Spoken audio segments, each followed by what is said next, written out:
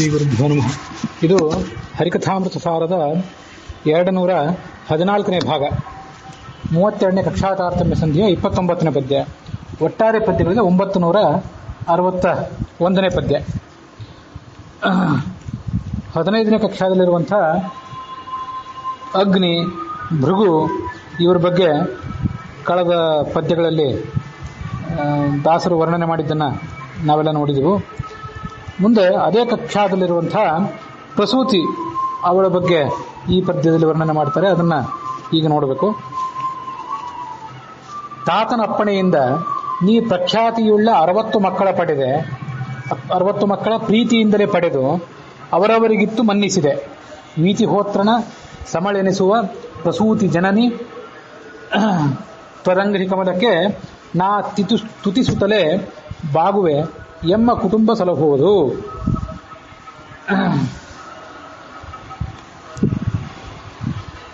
ಈ ಪ್ರಸೂತಿ ದೇವಿ 60 ಮಕ್ಕಳನ್ನು ಪಡ್ಕೊಂಡಿದ್ಲು. 60 ಮಕ್ಕಳನ್ನು ಪಡ್ಕೊಂಡು ಅವರನ್ನೆಲ್ಲ ಬೇರೆ ಬೇರೆ ದೇವತೆಗಳಿಗೆ, ಕಶ್ಯಪನಿಗೆ 13-14 ಜನರನ್ನ, ಹೀಗೆ ಬೇರೆ ಬೇರೆಯವರಿಗೆಲ್ಲ ಮದುವೆ ಮಾಡಿಕೊಟ್ಟಿದ್ಲು.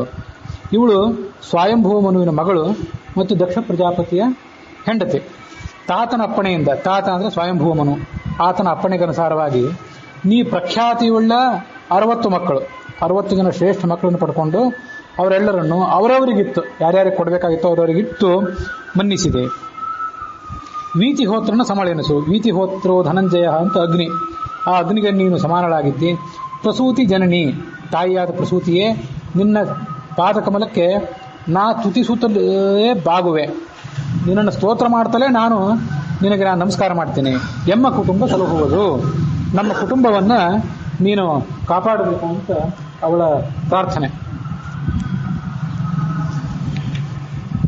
ಶತಧೃತಿಯ ಸುತರೀರ್ವರುಳಿದ ಅಪ್ರತಿಮ ಸುತಪೋನಿಧಿಗಳ ಅಪರಾಜಿತನ ಸುಸಮಾಧಿಯೊಳೊಲಿಸಿ ಮೂರ್ಲೋಕದೊಳು ಮೆರೆವ ವ್ರತಿವರ ಮರೀಚತ್ರಿ ಪುಲಹ ಕ್ರತು ವಸಿಷ್ಠ ಪುಲಸ್ತ್ಯ ವೈವಸ್ವತನು ವಿಶ್ವಾಮಿತ್ರ ಅಂಗಿರರ ಅಂಗ್ರಿಗೆ ಎರಗುವೆನು. ಇನ್ನು ಮುಂದೆ 16ನೇ ಕಕ್ಷಾದಲ್ಲಿ ಬರುವಂಥವರ ವರ್ಣನೆ ಮಾಡ್ತಾರೆ. ಶತಧೃತಿ ಅಂದರೆ ಚತುರ್ಮುಖ ಬ್ರಹ್ಮನ. ಆ ಚತುರ್ಮುಖ ಬ್ರಹ್ಮನಿಗೆ ಅನೇಕ ಜನ ಮಕ್ಕಳು. ಆ ಸುತದ ಅರಳಿ ಇಬ್ಬರನ್ನ ಹೊರತುಪಡಿಸಿ ಈರುವರು ಉಳಿದು, ನಾರದ ಮತ್ತು ಭೃಗು ಇವರಿಬ್ಬರನ್ನು ಹೊರತುಪಡಿಸಿ, ಯಾಕಂದರೆ ನಾರದ ಮತ್ತು ಭೃಗು ಇಬ್ಬರು ಕೂಡ 14-15 ಈ ಕಕ್ಷಾಗಳಲ್ಲಿದ್ದಾರೆ. ಅವರಿಬ್ಬರನ್ನು ಹೊರತುಪಡಿಸಿ ಉಳಿದ ಅಪ್ರತಿಮ ಅತ್ಯಂತ ಶ್ರೇಷ್ಠರಾದವರು ಸುತಪೋನಿಧಿಗಳು, ತಪಸ್ಸಿನ ಆಕರರಾದವರು, ಅವರು ಅಪರಾಜಿತನ ಸುಸಮಾಧಿಯಳು ಒಲಿಸಿ, ಸಮಾಧಿ ಅವಸ್ಥೆಗೆ ಹೋಗಿ ಅಪರಾಜಿತನಾದಂಥ ಭಗವಂತನನ್ನ ಒಲಿಸಿಕೊಂಡವರಾಗಿದ್ದಾರೆ. ಮೂರು ಲೋಕಗಳು ಆ ಕಾರಣಕ್ಕಾಗಿ ಇವರು ಮೆರಿತಾ ಇದ್ದಾರೆ, ಅಂದರೆ ಶ್ರೇಷ್ಠ ಸ್ಥಾನ ಪಡ್ಕೊಂಡಿದ್ದಾರೆ. ಅವ್ರು ಯಾರ್ಯಾರು ಅಂದರೆ ವ್ರತಿವರರು. ವ್ರತಿ ಅಂತಂದರೆ ವ್ರತವನ್ನು ಮಾಡುವವರು ಅಂತ ಅರ್ಥ. ಅವರಲ್ಲಿ ಶ್ರೇಷ್ಠರಾದವರು ಈ ಋಷಿಗಳು. ಮರೀಚಿ, ಅತ್ರಿ, ಅಂಗಿರಸ್, ಪುಲಸ್ತ್ಯ, ಪುಲಹ, ಕ್ರತು, ವಸಿಷ್ಠ ಅಂತ ಹೀಗೆ 7 ಜನ ಋಷಿಗಳು. ಮತ್ತೆ ಅಲ್ಲೇ ವೈವಸ್ವತ ಮನು ಇದ್ದಾನೆ ಮತ್ತು ವಿಶ್ವಾಮಿತ್ರನು ಕೂಡ ಇದ್ದಾನೆ. ಇವರೆಲ್ಲ ಅದೇ ಕಕ್ಷಾದಲ್ಲೇ ಬರ್ತಾರೆ. ಇವರ ಪಾದಕಮಲಕ್ಕೆ ನಾನು ನಮಸ್ಕಾರ ಮಾಡ್ತೇನೆ ಅಂತ. ಇಲ್ಲಿ ವಿಶ್ವಾಮಿತ್ರ, ಉಳಿದ ಋಷಿಗಳು, ಅವರ ಬಗ್ಗೆ ಈ ಭಾಗವತದ 5ನೇ ಸ್ಕಂದಕ್ಕೆ ಸಂಬಂಧಪಟ್ಟಂತೆ ನಾನು ಹೇಳೋದೇನಿಲ್ಲ. ಆದರೆ ವೈವಸ್ವತ ಅಂತ ಅಲ್ಲಿ ಹೆಸರು ಬಂತು. ವೈವಸ್ವತ ಮನುವಿನ ಒಂದು ಉಲ್ಲೇಖ ಮತ್ಸ್ಯ ರೂಪದ ಪರಮಾತ್ಮನ ರೂಪದ ಜೊತೆಗೆ ಭಾಗವತದ 5ನೇ ಸ್ಕಂದದಲ್ಲಿದೆ. ಅದನ್ನು ಮತ್ತು ಅದಕ್ಕೆ ಸಂಬಂಧಪಟ್ಟಂತಹ ಒಂದು ಮಂತ್ರವನ್ನು ಈಗಿನ ಈ ಭಾಗದಲ್ಲಿ ನಾವು ನೋಡಬೇಕು. 5ನೇ ಸ್ಕಂದದಲ್ಲಿ 18ನೇ ಅಧ್ಯಾಯ. ಆ 18ನೇ ಅಧ್ಯಾಯದಲ್ಲಿ 24ನೇ ಶ್ಲೋಕದಲ್ಲಿ ಹೀಗೆ ವರ್ಣನೆ ಇದೆ. ರಮ್ಯಕ ಖಂಡ ಅಂತ ಅತ್ಯಂತ ಸುಂದರವಾದಂತಹ ಭಗವಂತನ ಮತ್ಸ್ಯಾವತಾರ ಅಲ್ಲಿದೆ. ರಮ್ಯಕೇಜ ಭಗವತಃ ಪ್ರಿಯಂ ಮತ್ಸ್ಯಂ ಅವತಾರ ರೂಪಂ ತದ್ವರ್ಷ ಪುರುಷಸ್ಯ ಮನೋಹ ಪ್ರಾಕ್ ದರ್ಶಿತಂ ಸ ಇದಾನೀಮಪಿ ಮಹತಾ ಭಕ್ತಿಯೋಗೇನ ಆರಾಧಯನ್ ಇದಂಚ ಉದಾಹರತಿ. ಆ ಖಂಡದ ಅಧಿಪತಿಯಾದಂತಹ ವೈವಸ್ವತ ಮನುವಿಗೆ ಹಿಂದೆ ಭಗವಂತ ಆ ರೂಪವನ್ನು ತೋರಿಸಿದ್ದ. ಇವತ್ತು ಕೂಡ ಮನು ಬಹಳ ಭಕ್ತಿಯಿಂದ ಆ ಮತ್ಸ್ಯ ರೂಪವನ್ನು ಆರಾಧನೆ ಮಾಡಿಕೊಂಡಿದ್ದಾನೆ. ಆ ಮತ್ಸ್ಯ ರೂಪದ ಪರಮಾತ್ಮ ಆ ವೈವಸ್ವತ ಮನುವಿಗೆ ಆತ ನೀರಿನಲ್ಲಿ ಆನ್ಹಿಕ ಮಾಡುವಾಗ ಸಿಕ್ಕಿದ್ದ. ಅದು ಕಮಂಡಲ್ನಲ್ಲಿಟ್ಟ, ಹಂಡೆಯಲ್ಲಿಟ್ಟ, ಜಾಗ ಸಾಕಾಗಲಿಲ್ಲ. ಕೊನೆಗೆ ಸಮುದ್ರಕ್ಕೆ ತಂದುಬಿಟ್ಟ. ಆ ಸಮುದ್ರವನ್ನೆಲ್ಲ ಆವರಿಸಿಕೊಂಡು ಆ ಮತ್ಸ್ಯರೂಪಿ ಪರಮಾತ್ಮ ಬೆಳೆದ. ಮತ್ತು ಮುಂದಿನ ಮನ್ವಂತರಕ್ಕೆ ಬೇಕಾದಂತಹ ಎಲ್ಲ ಬೀಜಗಳನ್ನು ಅದರಲ್ಲಿಟ್ಟು ಆ ಮುಂದಿನ ಮನ್ವಂತರದ ಪ್ರವೃತ್ತಿಗೆ ಆ ಮತ್ಸ್ಯರೂಪಿಯಾದ ಭಗವಂತ ಕಾರಣನಾದ. ಮತ್ತು ಆ ವಯೋಸುತ ಮನುವೆ ಆ ಮನ್ವಂತರಕ್ಕೆ ಅಧಿಪತಿ, ಅವನಿಗೆ ಆತ ಜ್ಞಾನೋಪದೇಶ ಮಾಡಿದ. ಇದರದೆಲ್ಲ ವಿವರಣೆ ಇದೆ. ಅದಕ್ಕಾಗಿ ವಯೋಸುತ ಮನು ಆ ಮತ್ಸ್ಯ ರೂಪವನ್ನು ಉಪಾಸನೆ ಮಾಡ್ತಿರ್ತಾನೆ. ಓಂ ನಮೋ ಭಗವತೆ ಮುಖ್ಯತಮಾಯ ನಮಃ ಸತ್ವಾಯ ಪ್ರಾಣಾಯ ಓಜಸೆ ಬಲಾಯ ಸಹಸೆ ಮಹಾಮತ್ಸ್ಯಾಯ ನಮಃ ಅಂತ ಮಂತ್ರ. ಭಗವಾನ್ ಅಂದ್ರೆ ಷಡ್ಗುಣ ಪರಿಪೂರ್ಣನಾದವನು, ಮುಖ್ಯತಮ ಅಂದ್ರೆ ಸರ್ವೋತ್ತಮನಾದವನು, ಸತ್ವ ಅಂದ್ರೆ ಸದ್ಗುಣ ಸ್ವರೂಪನಾದವನು, ಪ್ರಾಣಾಯ ಓಜಸೆ ಪ್ರಾಣ ಅಂದ್ರೆ ಸರ್ವರಿಗೂ ಪ್ರೇರೇಪಕನಾದವನು, ಓಜಸ್ ಸಹಸ್ ಮತ್ತು ಬಲ, ಅದರಲ್ಲಿ ಒಂದೊಂದಕ್ಕೊಂದೊಂದು ಅರ್ಥ. ಇನ್ನೊಬ್ಬರನ್ನ ಹಿಮ್ಮೆಟ್ಟಿಸುವಂಥದ್ದು ಒಂದು, ಮತ್ತೆ ಇನ್ನೊಬ್ಬರು ಆಕ್ರಮಣ ಮಾಡಿದ್ರೆ ತಡ್ಕೊಳ್ಳುವಂಥ ಬಲ ಇನ್ನೊಂದು ಸಕಲವನ್ನು ಎಲ್ಲಾ ಕೆಲಸಗಳನ್ನು ಮಾಡತಕ್ಕಂಥ ಶಕ್ತಿ ಮತ್ತೊಂದು. ಹೀಗೆ ಆ ಓಜಸ್ ಸಹಸ್ ಮತ್ತು ಬಲ ಅನ್ನೋದಕ್ಕೆ ಬೇರೆ ಬೇರೆ ಅರ್ಥ ಹೇಳ್ಬೋದು. ಅಂತ ಮಹಾಮತ್ಸ್ಯಕ್ಕೆ ನಮಸ್ಕಾರ ಅಂತ ಆ ಮಂತ್ರ. ಈ ಮತ್ಸ್ಯರೂಪ ಕೂರ್ಮರೂಪ ಇದರದೆಲ್ಲ ಒಂದು ವೈಶಿಷ್ಟ್ಯವನ್ನ ಆಚಾರ್ಯರು ಭಾಗವತ ತಾತ್ಪರ್ಯದಲ್ಲಿ ಹೇಳ್ತಾರೆ. ವಾಮನ ಪುರಾಣದಲ್ಲಿ ಒಂದು ಶ್ಲೋಕ ಇದೆ, ಅದನ್ನು ಉದಾಹರಿಸ್ತಾರೆ. ಮತ್ಸ್ಯಾದಿರೂಪಿ ಪೋಷಯತಿ ನೃಸಿಂಹೋ ರುದ್ರ ಸಂಸ್ಥಿತ ವಿಲಾಪಯೇತ್ ವಿರಿಂಚಸ್ತಃ ಸೃಜತೆ ವಿಷ್ಣುರವ್ಯಯ. ಆ ಭಗವಂತ ಸೃಷ್ಟಿಕರ್ತ, ಸಂಹಾರಕರ್ತ, ಪಾಲನಕರ್ತ ಇದೆಲ್ಲ ಗೊತ್ತು. ಸೃಷ್ಟಿಕರ್ತ ಚತುರ್ಮುಖ ಬ್ರಹ್ಮನಲ್ಲಿದ್ದು, ಸಂಹಾರಕರ್ತ ರುದ್ರನಲ್ಲಿದ್ದು ಆ ರೂಪ. ಇನ್ನ ಪಾಲನೆ ಮಾಡುವಂಥ ರೂಪಗಳು ಯಾವುದು ಅಂತಂದ್ರೆ ಮತ್ಸ್ಯಾದಿರೂಪಿ ಪೋಷಯತಿ, ಮತ್ಸ್ಯ ಕೂರ್ಮ ಮೊದಲಾದ ರೂಪಗಳಿಂದ ಆತ ಜಗತ್ತನ್ನ ಪಾಲನೆ ಮಾಡ್ತಾನೆ. ಅದಕ್ಕಾಗಿ ಆ ಮತ್ಸ್ಯ ರೂಪದಲ್ಲೇ ಮುಂದಿನ ಸೃಷ್ಟಿಗೆ ಬೇಕಾದನ್ನೆಲ್ಲ ಆ ಬೀಜಗಳನ್ನೆಲ್ಲ ಅದರಲ್ಲಿ ಹಾಕಿಟ್ಟಿದ್ದ. ಆ ವಯೋಸುತ ಮನುವಿಗೆ ಉಪದೇಶ ಮಾಡಿದ. ಕೂರ್ಮ ರೂಪದಿಂದ ಅಮೃತದ ಮಥನಕ್ಕೆ ಕಾರಣನಾದ. ಹೀಗೆ ಮತ್ಸ್ಯ ಕೂರ್ಮ ವರಾಹ ಇತ್ಯಾದಿ ರೂಪಗಳನ್ನ ಪೋಷಣೆಗೆ ಕಾರಣವಾದಂಥ ರೂಪ. ಅಲ್ಲಿ ಮತ್ಸ್ಯಾದಿ ಅಂತ ಆದಿ ಶಬ್ದ ಪ್ರಯೋಗ ಮಾಡ್ತಾರೆ ಆಚಾರ್ಯರು. ಮತ್ಸ್ಯ ಅಂತೂ ಪೋಷಕವಾದ ರೂಪ. ಉಳಿದ ರೂಪಗಳು ಯಾವ್ಯಾವುದಿದೆ ಅದನ್ನು ನಾವು ಅದಕ್ಕೆ ತಕ್ಕಂತೆ ಅಲ್ಲಲ್ಲಿ ಹೊಂದಿಸ್ಕೋಬೇಕು. ಹೀಗೆ ಮಹಾಮತ್ಸ್ಯಾಯ ನಮಃ ಅಂತ ಆ ಮಂತ್ರ. ವಯೋಸುತ ಮನು ಅದನ್ನ ಪೂಜೆ ಮಾಡ್ತಿರ್ತಾನೆ. ಹೀಗೆ ಇದು 16ನೇ ಕಕ್ಷೆ ಆಯಿತು. ಮುಂದೆ 17ನೇ ಕಕ್ಷಾದಲ್ಲಿ ಯಾವ ದೇವತೆಗಳು ಬರ್ತಾರೆ ಅದನ್ನು ದಾಸರು ವರ್ಣನೆ ಮಾಡ್ತಾರೆ. ದ್ವಾದಶಾದಿತ್ಯರುಳು ಮೊದಲಿಗನಾದ ಮಿತ್ರ ಪ್ರವಹಮಾನಿನಿಯಾದ ಪ್ರಾವಹಿ, ನಿವೃತ್ತಿ, ನಿರ್ಜರ ಗುರು ಮಹಿಳೆ ತಾರ, ಈ ದಿವಕಸರನ್ನು ಅನುದಿನ ಆದಿವ್ಯಾಧಿ ಉಪಟಳ ಒಳಿದು ವಿಬುಧರಿಗೆ ಆದರದಿ ಕೊಡಲಿ ಅಖಿಲ ಮಂಗಳವ ಆವಕಾಲದಲ್ಲಿ. ದ್ವಾದಶಾದಿತ್ಯರುಳು ಅನೇಕ ದೇವತೆಗಳಿದ್ದಾರೆ. ಅದರಲ್ಲಿ ಸ್ವಯಂ ವಿಷ್ಣು ಇದ್ದಾನೆ ಉರುಕ್ರಮನಾಗಿ. ಆಮೇಲೆ ಇಂದ್ರ ಇದ್ದಾನೆ. ಅವ್ರನ್ನೆಲ್ಲ ಹೊರತುಪಡಿಸಿದ್ರೆ ಈ ಮಿತ್ರ ಅನ್ನುವಂಥ ಒಬ್ಬ ದೇವತೆ ಇಲ್ಲಿ ಬರ್ತಾನೆ. ಪರ್ಜನ್ಯ ಅಂತ ಮತ್ತೊಬ್ಬ ಬರ್ತಾನೆ. ದ್ವಾದಶಾದಿತ್ಯರುಳು ಮೊದಲಿಗ ಅಂದ್ರೆ ಕೇವಲ ವರ್ಣನೆ ಅಷ್ಟೇ. ಯಾಕಂದ್ರೆ ಅವನಕ್ಕಿಂತ ಮೊದಲಿದ್ದಾರೆ, ತನಕ್ಕಿಂತ ಹಿರಿಯರು ಯಾರು ಅವ್ರನ್ನ ಬಿಟ್ಟು ಮೊದಲಿಗ ಅಂತ ಅರ್ಥ ಅಷ್ಟೇ. ಮೊದಲಿಗ ಯಾರು? ಮಿತ್ರ. ಆಮೇಲೆ ಪ್ರವಹಮಾನಿನಿ, ಪ್ರವಹವಾಯುವಿನ ಪತ್ನಿಯಾದಂಥ ಪ್ರಾವಹಿ ಇದ್ದಾಳೆ. ಬೃಹಸ್ಪತಿಯ ಪತ್ನಿಯಾದಂಥ ತಾರಾ ಇದ್ದಾಳೆ. ಮುಂದೆ ನಿವೃತ್ತಿ ದೇವತೆ, ನೈಋತ್ಯ ದಿಕ್ಕಿನ ಅಧಿಪತಿ ದೇವತೆ ಅಲ್ಲಿದ್ದಾನೆ. ಇಷ್ಟು ಜನ 17ನೇ ಕಕ್ಷಾದಲ್ಲಿದ್ದಾರೆ. ಮಿತ್ರ, ಪ್ರವಹಮಾನಿನಿಯಾದ ಪ್ರಾವಹಿ, ನಿವೃತ್ತಿ ಗೊತ್ತು. ನಿರ್ಜರ ಅಂದ್ರೆ ದೇವತೆಗಳು, ಅವರ ಗುರು ಅಂದ್ರೆ ಬೃಹಸ್ಪತಿ, ಅವನ ಮಹಿಳೆ ಅಂದ್ರೆ ತಾರ. ಈ ದಿವೋಕಸರನ್ನ ನಾನು ಅಂದ್ರೆ ದೇವತೆಗಳನ್ನ ಪ್ರಾರ್ಥನೆ ಮಾಡ್ತೇನೆ. ಏನಂತಂದ್ರೆ ಅನುದಿನ ಆದಿವ್ಯಾಧಿ ಉಪಟಳ ಒಳಿದು, ಪ್ರತಿನಿತ್ಯ ನಮಗೆ ಯಾವುದೇ ರೋಗ ಬರದಂತೆ ನಮ್ಮನ್ನು ಇವರೆಲ್ಲ ನೋಡ್ಕೊಳ್ಬೇಕು. ಉಪಟಳ ಒಳಿದು ವಿಭುಧರಿಗೆ ಆದರದಿ, ಜ್ಞಾನಿಗಳಾದಂಥ ಜನರಿಗೆ ಆದರದಲ್ಲಿ ನಿತ್ಯ ಎಲ್ಲಾ ಮಂಗಳವನ್ನು ಕೊಡಬೇಕು ಅಂತ ನಾನು ಪ್ರಾರ್ಥನೆ ಮಾಡ್ತೇನೆ. ಹೀಗಿದು 17ನೇ ಕಕ್ಷೆ ಆಯಿತು. ಮುಂದೆ 18ನೇ ಕಕ್ಷಾದಲ್ಲಿ ಯಾವ ದೇವತೆಗಳು ಬರ್ತಾರೆ ಅನ್ನೋದನ್ನು ವರ್ಣನೆ ಮಾಡ್ತಾರೆ. ಮಾನನಿಧಿಗಳೆನಿಸುವ ವಿಶ್ವಕ್ಸೇನ, ಧನಪ, ಗಜಾನನರಿಗೆ ಸಮಾನರೆಂಬತ್ತೈದು ಶೇಷಶತಸ್ಥ ದೇವಗಣ. ಆ ದೇವಗಣಕ್ಕೆ ಆನಮಿಸುವೆನು, ಬಿಡದೆ ಮಿಥ್ಯಾಜ್ಞಾನ ಕಳೆದು ಸುಬೋಧವಿತ್ತು ಸದಾ ಅನುರಾಗದಲ್ಲಿ ಎಮ್ಮ ಪರಿಪಾಲಿಸಲಿ ಎನ್ನುತ್ತ ಮನಸ. ಮಾನನಿಧಿಗಳು ಅಂತಂದ್ರೆ ಶ್ರೇಷ್ಠವಾದಂಥ ಮಾನ ಅಂದ್ರೆ ಗೌರವ, ಅದು ಸರಿ. ಜ್ಞಾನ, ಮಾನ ಅಂದ್ರೆ ಜ್ಞಾನವೂ ಹೌದು, ಸನ್ಮಾನವೂ ಹೌದು. ಅಂಥ ಜ್ಞಾನ ಅವರಿಗಿರೋದ್ರಿಂದ ಅವರೆಲ್ಲ ಜಗತ್ತಿನಲ್ಲಿ ಮಾನಿತರಾಗಿದ್ದಾರೆ. ಹಾಗಾಗಿ ಮಾನನಿಧಿಗಳು ಅಂತ ಕರೆಸ್ಕೊಂಡಿದ್ದಾರೆ ಇವರೆಲ್ಲ. ಯಾರ್ಯಾರು ಅಂದ್ರೆ ವಿಶ್ವಕ್ಸೇನ ಗೊತ್ತು, ಧನಪ ಕುಬೇರ ಗೊತ್ತು, ಗಜಾನನ ಅಂದ್ರೆ ಗಣೇಶ ಗೊತ್ತು. ಇವರಿಗೆ ಸಮಾನರಾದಂತಹ 85 ಜನ ಶೇಷ ಶತಸ್ಥ ದೇವತೆಗಳಿದ್ದಾರೆ. ಈ ಎಲ್ಲ ದೇವತೆಗಳಿಗೆ ನಾನು ನಮಸ್ಕಾರ ಮಾಡ್ತೀನಿ, ಬಿಡದೇ ನಮಸ್ಕಾರ ಮಾಡ್ತೀನಿ. ಇವರೆಲ್ಲ ನನಗೇನು ಮಾಡಬೇಕು ಅಂದ್ರೆ ಮಿಥ್ಯಾಜ್ಞಾನ ಕಳೆದು ಇದು ಭಾರಿ ಸ್ವಾರಸ್ಯದ್ದು ಈ 18ಕ್ಕೆ ಸಂಬಂಧಪಟ್ಟದ್ದೇ. ಯಾಕಂದ್ರೆ ನಮಗೆ ಮಿಥ್ಯಾಜ್ಞಾನ, ತಪ್ಪು ಗ್ರಹಿಕೆ, ಗೊಂದಲ ಇರೋದೆಲ್ಲ ಈ 18 ಕಕ್ಷಾದಿಂದಲೇ. ಮಿಥ್ಯಾಜ್ಞಾನ ಕಳೆದು ಸುಬೋಧವಿತ್ತು ಸರಿಯಾದ ಜ್ಞಾನ ನಮ್ಗೆ ಇವ್ರು ಕೊಡಬೇಕು. ಸದಾ ಅನುರಾಗದಲ್ಲಿ ಅವ್ರು ಪ್ರೀತಿಯಿಂದ ಕೊಟ್ಟರೆ ಆಯ್ತು, ಇಲ್ಲದೇ ಇದ್ರೆ ಸುಮ್ಮನೆ ಭ್ರಾಂತಿ ಅಷ್ಟೇ. ಪರಿಪಾಲಿಸಲಿ ಎನ್ನುತ್ತಾ ಸದಾ ಮನಸ. ಹೀಗೆ ನಾನು ಅವ್ರನ್ನ ಪ್ರಾರ್ಥನೆ ಮಾಡ್ತೇನೆ. ಇಲ್ಲಿ ತನಕ 17ನೇ ಕಕ್ಷಾ ತನಕ ಹೆಚ್ಚೇನು ನಮಗೆ ಗೊಂದಲ ಇರಲಿಲ್ಲ. ಹಾಗಾಗಿ ಅವ್ರ ಬಗ್ಗೆ ಎಲ್ಲ ಹೇಳಿ ಆಯ್ತು. ಈ 18ನೇ ಕಕ್ಷಾದಲ್ಲಿ ಈ ದೇವತೆಗಳೆಲ್ಲ ಏನಿದ್ದಾರೆ ಇವ್ರ ಬಗ್ಗೆ, ಈ ಶೇಷ ಶತಸ್ಥ ದೇವತೆಗಳು ಎಷ್ಟು ಜನ, ಈ ಎಲ್ಲದ ಸಂಗತಿಗಳ ಬಗ್ಗೆ ಸಾಕಷ್ಟು ಗೊಂದಲಗಳಿವೆ. ಈಗಿನ ಕಾಲದ ವಿದ್ವಾಂಸರಲ್ಲಿ ಮಾತ್ರ ಅಲ್ಲ, ಹಿಂದಿನ ಕಾಲದ ವಿದ್ವಾಂಸರಲ್ಲಿ ಕೂಡ ಒಂದು ಆ ಥರದ ಗೊಂದಲಗಳಿದ್ದವು. ಅದನ್ನ ಆಚಾರ್ಯರು ಕೆಲವು ಸಂಗತಿಗಳನ್ನು ಸ್ಪಷ್ಟವಾಗಿ ಹೇಳಲಿಲ್ಲ. ಅವರು ಅವನ್ನೆಲ್ಲ ಊಹೆಗೆ ಬಿಟ್ಟುಬಿಟ್ಟಿದ್ದಾರೆ. ಊಹೆಗೆ ಬಿಟ್ಟಿರೋದ್ರಿಂದ ಇಂಥ ಒಂದು ಗೊಂದಲಕ್ಕೆ ಕಾರಣ ಆಗ್ತದೆ ಅಂತ ಅನಿಸ್ತದೆ.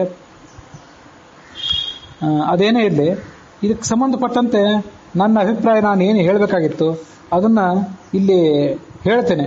ಆ ಹೇಳಿದ್ದು ನಾನೀಗಾಗಲೇ ಈ ಸಂಧಿಯ ಪ್ರಾರಂಭದಲ್ಲಿ ಹೇಳಿದ್ದೆ. ನಾನು ಹೇಳಿದ್ದು ಅತ್ಯಂತ ನಿಖರವಾಗಿ ಹೀಗೆ ಆಗಬೇಕು ಅಂತ ನನಗೇನು ಭಾವನೆ ಇಲ್ಲ. ಇವತ್ತು ನಾನು ಅಧ್ಯಯನ ಮಾಡಿದ ಕ್ರಮದಲ್ಲಿ ನನಗೇನು ಮನಸ್ಸಿಗೆ ತಿಳಿದಿದೆ ಅದನ್ನು ಹೇಳ್ತೇನೆ. ಮತ್ತು ನಾನು ಹೇಳಿದ್ದನ್ನೆಲ್ಲವನ್ನು ಕೂಡ ನೀವು ಒಪ್ಪಬೇಕು ಅಂತೂ ಏನಿಲ್ಲ. ಅದು ನಿಮ್ಮ ಅಭಿಪ್ರಾಯಕ್ಕೆ ತಕ್ಕಂತೆ ನೀವು ಅದನ್ನು ರೂಪಿಸಿಕೊಳ್ಬಹುದು. ಅದಕ್ಕೆ ನೀವು ಸ್ವತಂತ್ರರಿದ್ದೀರಿ.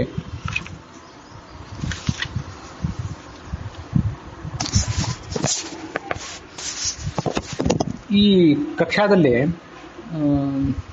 ವಿಶ್ವಕ್ಸೇನ ಇದ್ದಾನೆ, ಮುಂದೆ ಗಣೇಶ ಇದ್ದಾನೆ, ಕುಬೇರ ಇದ್ದಾನೆ, ಈ ಎಲ್ಲ ದೇವತೆಗಳಿದ್ದಾರೆ. ಇದ್ರ ಬಗ್ಗೆ ಈಗಾಗಲೇ ಗೊತ್ತಿದೆ. ಆದರೆ ಅಲ್ಲಿ ಸಮಸ್ಯೆ ಇರೋದು ಮುಖ್ಯವಾಗಿ ಪಿತೃದೇವತೆಗಳ ಬಗ್ಗೆ ಮತ್ತು ಪೃಥ್ವಿ ದೇವತೆಯ ಬಗ್ಗೆ, ಇನ್ನು ದ್ಯೂ ದೇವತೆಯ ಬಗ್ಗೆ. ದ್ಯೂ ಅಂತ ಅಲ್ಲೊಬ್ಬಳು ದೇವತೆ ಬರ್ತಾಳೆ. ಆ ದ್ಯೂ ಅಂತಂದ್ರೆ ಭಾರತೀ ದೇವಿಯನ್ನು ಸ್ವೀಕಾರ ಮಾಡಬೇಕೋ ಅಥವಾ ಸ್ವರ್ಗಲೋಕದ ಒಬ್ಬ ದೇವತೆಯನ್ನು ಸ್ವೀಕಾರ ಮಾಡಬೇಕೋ ಅಂತ ಅನ್ನೋದ್ರ ಬಗ್ಗೆ ವಿದ್ವಾಂಸರಲ್ಲಿ ಗೊಂದಲ ಇದೆ. ಶಕ್ತಿಯನುಸಾರ ನನ್ನ ಜ್ಞಾನಾನುಸಾರ ಅದಕ್ಕೊಂದು ಮಾರ್ಗ ಹೇಳಿ ಪ್ರಯತ್ನ ಪಡ್ತೇನೆ. ಮತ್ತು ನಾನು ಹೇಳ್ತಿರೋ ಮಾರ್ಗ ನಾನೇನು ಹೊಸದಾಗಿ ಕಂಡುಕೊಂಡ ಮಾರ್ಗ ಏನಲ್ಲ, ಈಗಾಗಲೇ ಎಷ್ಟೋ ಜನ ವಿದ್ವಾಂಸರು ಹೇಳಿದ್ದೇ ಮಾರ್ಗ. ನಾವು 2 ಸಂಗತಿಗಳನ್ನು ಈ ಶ್ಲೋಕ ಅರ್ಥ ಮಾಡ್ಕೊಳ್ಳೋದಕ್ಕಿಂತ ಮೊದಲು, ಒಟ್ಟಾರೆ 18ನೇ ಕಕ್ಷಾವನ್ನು ಪ್ರವೇಶ ಮಾಡೋದಕ್ಕಿಂತ ಮೊದಲು ತಿಳ್ಕೊಳ್ಳೋದು. ಒಂದನೇದ್ದು ದಾಸರ ಅಭಿಪ್ರಾಯ ಏನು ಅಂತ. ದಾಸರು 3 ಜನ ಪಿತೃಗಳು ಅಂದರೆ ಯಾರು ಅಂತ ಅಭಿಪ್ರಾಯ ಪಡ್ತಾರೆ. ಮತ್ತೆ ಪೃಥ್ವಿ ಅಂದರೆ ಯಾರು ದಾಸರ ಅಭಿಪ್ರಾಯ ಪ್ರಕಾರ. ಇನ್ನೊಂದು ದ್ಯೂ ಅಂದರೆ ಯಾರು. ದಾಸರ ಅಭಿಪ್ರಾಯ ಏನು ಅನ್ನೋದನ್ನು ಮೊದಲು ಸ್ಪಷ್ಟಪಡಿಸ್ಕೊಳ್ಳೋದು. ಅದಕ್ಕೂ ಕೆಲವು ಸಮಸ್ಯೆಗಳಿವೆ. ಅದೇನೆಂದರೆ ಈ ಪಾಠಗಳ ಭೇದ ಇರೋದ್ರಿಂದ ದಾಸರ ಅಭಿಪ್ರಾಯವನ್ನೇ ಹೀಗೆ ಅಂತ ನಿರ್ಣಯ ಮಾಡೋದು ಮೊದಲನೇದ ಕಷ್ಟ. ಅದೇನೇ ಇರಲಿ, ದಾಸರ ಅಭಿಪ್ರಾಯವನ್ನು ಇಷ್ಟೊಂದು ನಿರ್ಧಾರ ಮಾಡಿಕೊಂಡಾದ ಮೇಲೆ ಇದನ್ನು ನಾವು ಒಪ್ಪಬೇಕೇ ಬೇಡವೆ?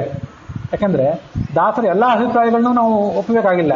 ಇದಕ್ಕೆಲ್ಲ ಕಾರಣ ಏನು ಅಂತಂದರೆ, ಇದು ಹೊಸದಾಗಿ ಕೇಳೋರಿಗೆ ಜಗನ್ನಾಥದಾಸರ ಕೃತಿಗಳ ಬಗ್ಗೆ ಗೌರವ ಇದ್ದವರಿಗೆ, ನನಗೆ ಗೌರವ ಇಲ್ಲ ಅಂತಲ್ಲ, ಯಾಕೆ ಹೇಳಿದೆ ಅಂದರೆ ಜಗನ್ನಾಥದ ಕೆಲವರ ಮನಸ್ಸು ಸರ್ವಮೂಲಗಳಿಗೆ, ಮೂಲ ಗ್ರಂಥಗಳಿಗೆ ಏನು ಮಹತ್ವ ಕೊಡಬೇಕು ಅದನ್ನು ಬಿಟ್ಟು ಕೆಲವು ಕಡೆ ಕೆಳಗಿನ ಸಂಗತಿಗಳಿಗೆ ಜೋತು ಬಿದ್ದಿರ್ತದೆ. ಅಂಥವರಿಗೆ ಜಗನ್ನಾಥದಾಸರ ಮಾತನ್ನು ಎಲ್ಲವನ್ನೂ ನಾವು ಒಪ್ಪಬೇಕಾಗಿಲ್ಲ ಅಂತ ಎದೆ ಹೊಡೆದಂಗೆ ಆಗ್ತದೆ. ಇದೇನು ಹೀಗೆ ಹೇಳ್ತಿದ್ದೀರಿ, ಹರಿಕಥಾಮೃತಸಾರ ಪ್ರವಚನ ಮಾಡ್ತಿದ್ದೀರಿ, ಜಗನ್ನಾಥದಾಸರ ಮಾತು ಎಲ್ಲವನ್ನೂ ಒಪ್ಪಬೇಕಾಗಿಲ್ಲ ಅಂತೀರಿ, ಇದೆಂಥದ್ದು ಅಂತ ಒಂದು ಗೊಂದಲ ಆಗೋ ಸಾಧ್ಯತೆ ಇದೆ. ಆದರೆ ಯಾವತ್ತೂ ನಾವು ಒಂದು ಅಭಿಪ್ರಾಯವನ್ನು ಏನು ತಿಳ್ಕೊಂಡಿರ್ಬೇಕಂದ್ರೆ,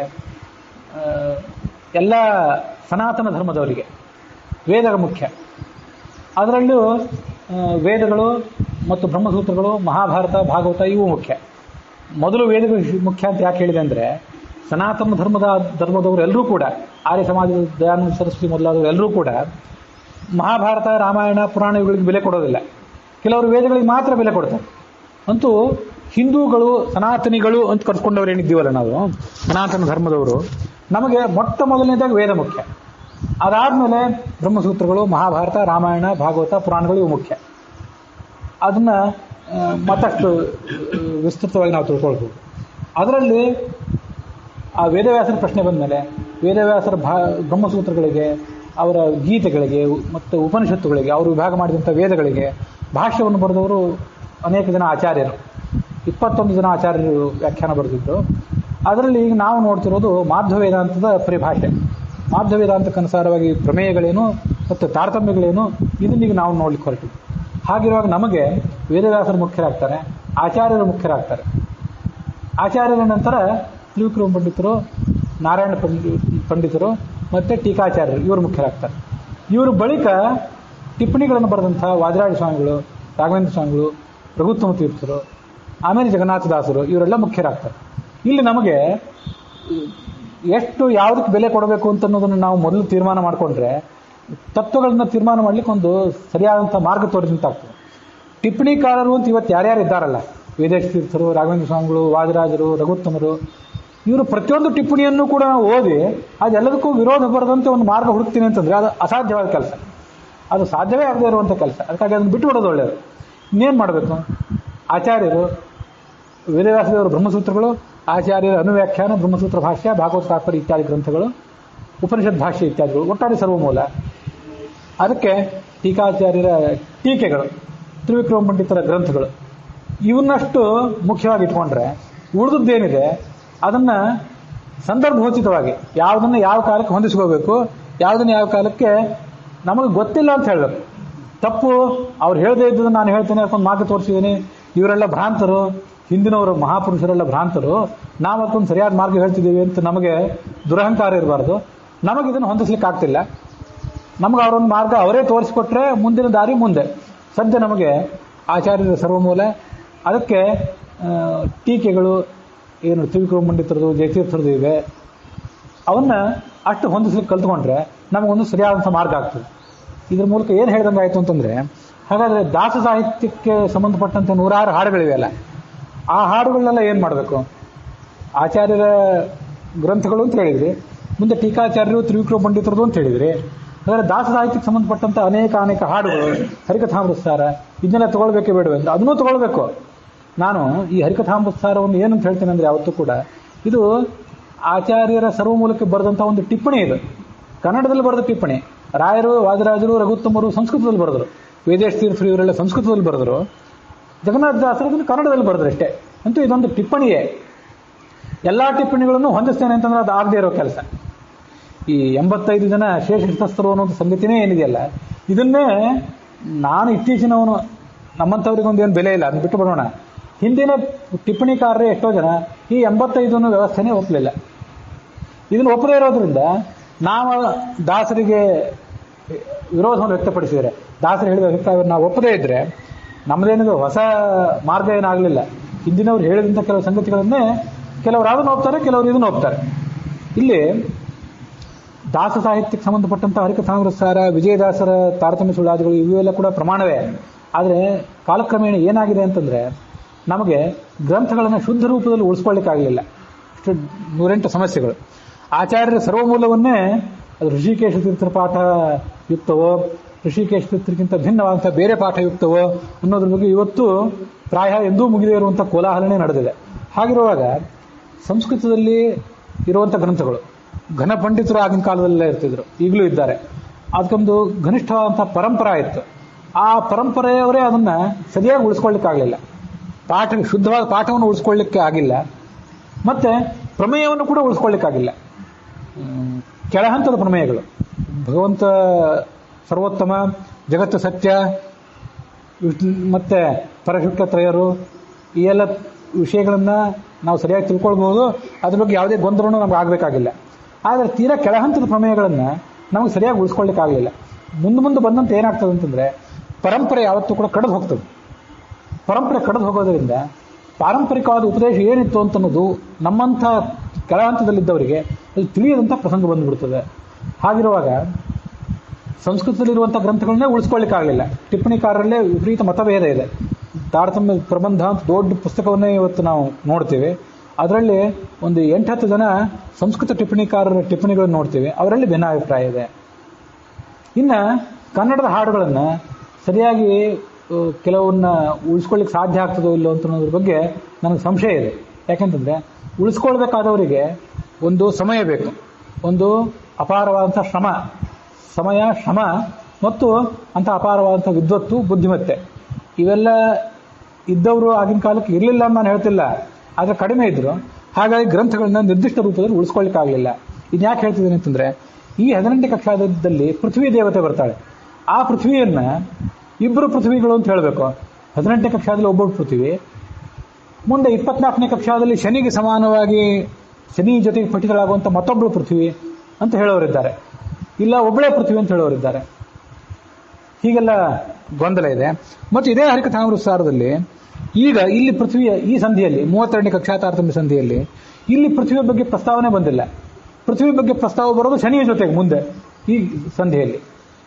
ಹಿಂದಿನ ಸಂಧಿಗಳಲ್ಲಿ ಒಂದು 7-8 ಸಂಧಿಗಳಲ್ಲಿ ಶನಿ ಮತ್ತು ಪೃಥ್ವಿ ಈ 18ನೇ ಕಕ್ಷಾ ಇದರ ಬಗ್ಗೆ ಎಲ್ಲ ಪ್ರಸ್ತಾವ ಇದೆ. ಅಲ್ಲೆಲ್ಲ ಶನಿ ಪೃಥ್ವಿ ಅವ್ರ ಬಗ್ಗೆ ಕೆಲವು ಕಡೆ ಪೃಥ್ವಿ ಬಗ್ಗೆ ಪ್ರಸ್ತಾವನೆ ಇಲ್ಲ, ಕೆಲವು ಕಡೆ ಶನಿ ಬಗ್ಗೆ ಪ್ರಸ್ತಾವ ಇಲ್ಲ, ಕೆಲವು ಕಡೆ ಪೃಥ್ವಿ ಬಗ್ಗೆ ಪ್ರಸ್ತಾವ ಬೇರೆ. 18ನೇ ಕಕ್ಷಾದಲ್ಲಿ ಬರುವಂಥ ಈ ಶೇಷ ಶತಸ್ಥ ದೇವತೆಗಳಿದ್ದಾರಲ್ಲ, ಇವರ ಜೊತೆಗೆ ಪೃಥ್ವಿಯ ಪ್ರಸ್ತಾವ.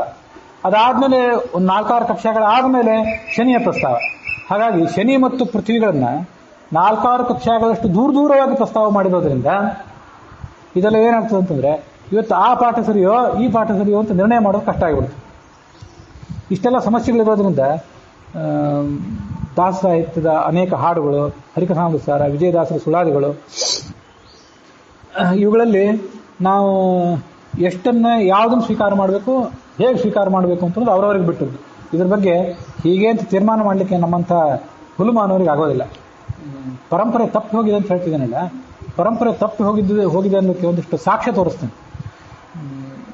ವೇದವ್ಯಾಸರು ಈಗ 5000 ವರ್ಷದ ಹಿಂದೆ ಋಗ್ವೇದ, ಯಜುರ್ವೇದ, ಸಾಮವೇದ, ಅಥರ್ವವೇದ ಅಂತ 4 ವೇದಗಳನ್ನು ವಿಭಾಗ ಮಾಡಿದರು. ವಿವ್ಯಾಸ ವೇದಾಂಶ ಚಕ್ರೇಚ ಭಾರತಂ ವೇದಮುತ್ತಮಂ. ಆ ಕಾಲಕ್ಕೆ ಅವತ್ತು ವೇದಗಳನ್ನು ಹೇಗೆ ಅಧ್ಯಯನ ಮಾಡೋದು, ಅಪಾರವಾದ ವೇದರಾಶಿ ಕಣ್ಮರೆಯಾಗಿಬಿಟ್ಟಿತ್ತು, ಪರಂಪರೆ ತುಂಡಾಗೋಗ್ಬಿಟ್ಟಿತ್ತು. ವೇದಜ್ಞರು ಸರಿಯಾದ ವೇದವನ್ನು ಅರ್ಥ ಹೇಳುವವರು, ಆ ವೇದಕ್ಕೆ ಅನುಸಾರವಾಗಿ ಕರ್ಮಗಳನ್ನು ಮಾಡುವವರು ಒಂದು ಪರಂಪರೆಯಲ್ಲಿ ಇಲ್ಲದಂತಾಗಿಬಿಟ್ಟಿತ್ತು. 4 ವೇದ ವಿಭಾಗ ಮಾಡಿ ಅದಕ್ಕೊಬ್ಬೊಬ್ಬ ಪ್ರವರ್ತಕರನ್ನಾಗಿ ಮಾಡಿ ಇಂತಿಂಥ ಬ್ರಾಹ್ಮಣರ ವಂಶಗಳು, ಇಂತಿಂಥ ಋಗ್ವೇದಿಗಳು, ಯಜುರ್ವೇದಿಗಳು, ಸಾಮವೇದಿಗಳು ಅಂತ ಅನ್ಸ್ಕೊಳ್ರಿ ಅಂತ ಅವ್ರು ಹೇಳಿದರು. ಆವತ್ತು ಋಗ್ವೇದಕ್ಕೆ 24, ಯಜುರ್ವೇದಕ್ಕೆ 101, ಸಾಮವೇದಕ್ಕೆ 1000 ಮತ್ತು ಅಥರ್ವವೇದಕ್ಕೆ 12 ಇಷ್ಟು ಶಾಖೆಗಳಿದ್ದವು. ನಾನು ಹೇಳೋ ಸಂಖ್ಯಾ ಸ್ವಲ್ಪ ಬಹಳ ಅಲ್ಲ, ಅಸ್ತವ್ಯಸ್ತ ಆಗಿದ್ದಿರ್ಬೋದು. ಇವತ್ತು ಸಾಮವೇದದ 1000 ಶಾಖೆಗಳ ಪೈಕಿ ಕೇವಲ 3 ಉಳಿದಿವೆ. ಅದರ ಅರ್ಥ ಏನು? ಇನ್ನು 997 ಪರಂಪರೆಯಿಂದ ಕಡಿದು ಹೋಗಿಬಿಟ್ಟಿವೆ. ಇದಕ್ಕೆಲ್ಲ ಏನು ಕಾರಣ ಅಂತಂದರೆ, ಸಾಮವೇದದ ಶಾಖೆಗಳು ಏನು ಅನ್ನೋದಕ್ಕೆ ನಿಮಗೊಂದು ಸೂಚನೆ ಕೊಡ್ತೇನೆ. ಈಗ ಹಿಂದೂಸ್ತಾನಿ ಸಂಗೀತ ಅಂತ ಇರ್ತದಲ್ಲ, ಹಿಂದೂಸ್ತಾನಿ ಸಂಗೀತ ಜೈಪುರ್ ಘರಾಣ ಅಂತ ಒಂದಿರ್ತದೆ, ಆಗ್ರಾ ಘರಾಣ ಅಂತ ಇನ್ನೊಂದಿರ್ತದೆ, ಲಖನೌ ಘರಾಣ ಅಂತ ಮತ್ತೊಂದಿರ್ತದೆ. ಅಥವಾ ಅದೇ ಹಿಂದೂಸ್ತಾನಿ ಸಂಗೀತವೇ, ಅದನ್ನು ಆಗ್ರಾದವರು ಹಾಡೋ ರೀತಿ ಒಂದು, ಲಖನೌದವರು ಹಾಡೋ ರೀತಿ ಒಂದು, ಜೈಪುರದವರು ಹಾಡೋ ರೀತಿ ಒಂದು. ಇದು ಆಯಾ ಪ್ರಾದೇಶಿಕ ಭೇದಗಳು. ಕೇವಲ ಪ್ರಾದೇಶಿಕ ಭೇದ ಮಾತ್ರ ಅಲ್ಲ, ವ್ಯಕ್ತಿ ಭೇದನೂ ಕೂಡ. ಆ ಥರ ಸಾಮವೇದವನ್ನು 1000 ರೀತಿಯಲ್ಲಿ ಹಾಡುವಂಥ ಒಂದು ವ್ಯವಸ್ಥೆ ಇತ್ತು. ಎಷ್ಟು ಸಂಪದ್ಭರಿತಾಗಿತ್ತು ನಮ್ಮ ವಾಂಗ್ಮಯ, ನಾವು ಕಲ್ಪನಾ ಮಾಡ್ಕೊಳ್ಬೋದು. ಒಂದಕ್ಕೂ ಒಂದು ಪ್ರಭೇದಕ್ಕೂ ಮತ್ತೊಂದು ಪ್ರಭೇದಕ್ಕೂ ಬಹಳ ವ್ಯತ್ಯಾಸ ಇರೋದಿಲ್ಲ. ನಮ್ಮಂಥವ್ರಿಗಂತೂ ಹಾಡ್ತಾ ಕೂತ ಇದು ಸಾಮವೇದವೋ ಇದು ಋಗ್ವೇದವೋ ಅಂತ ಗೊತ್ತಾಗೋದಿಲ್ಲ. ಅಂದ್ಬಿಟ್ರೆ ತೀರಾ ವಿಶಾಲ ಬಹಳ ಬುದ್ಧಿವಂತರಾದವರಿಗೂ ಕೂಡ ಸಾಮವೇದದ ಒಂದು ಪ್ರಭೇದಕ್ಕೂ ಮತ್ತೊಂದು ಪ್ರಭೇದಕ್ಕೂ ವ್ಯತ್ಯಾಸ ಗೊತ್ತಾಗೋದಿಲ್ಲ. ಶಾಖಾ ವ್ಯತ್ಯಾಸಗಳಿರ್ತವೆ.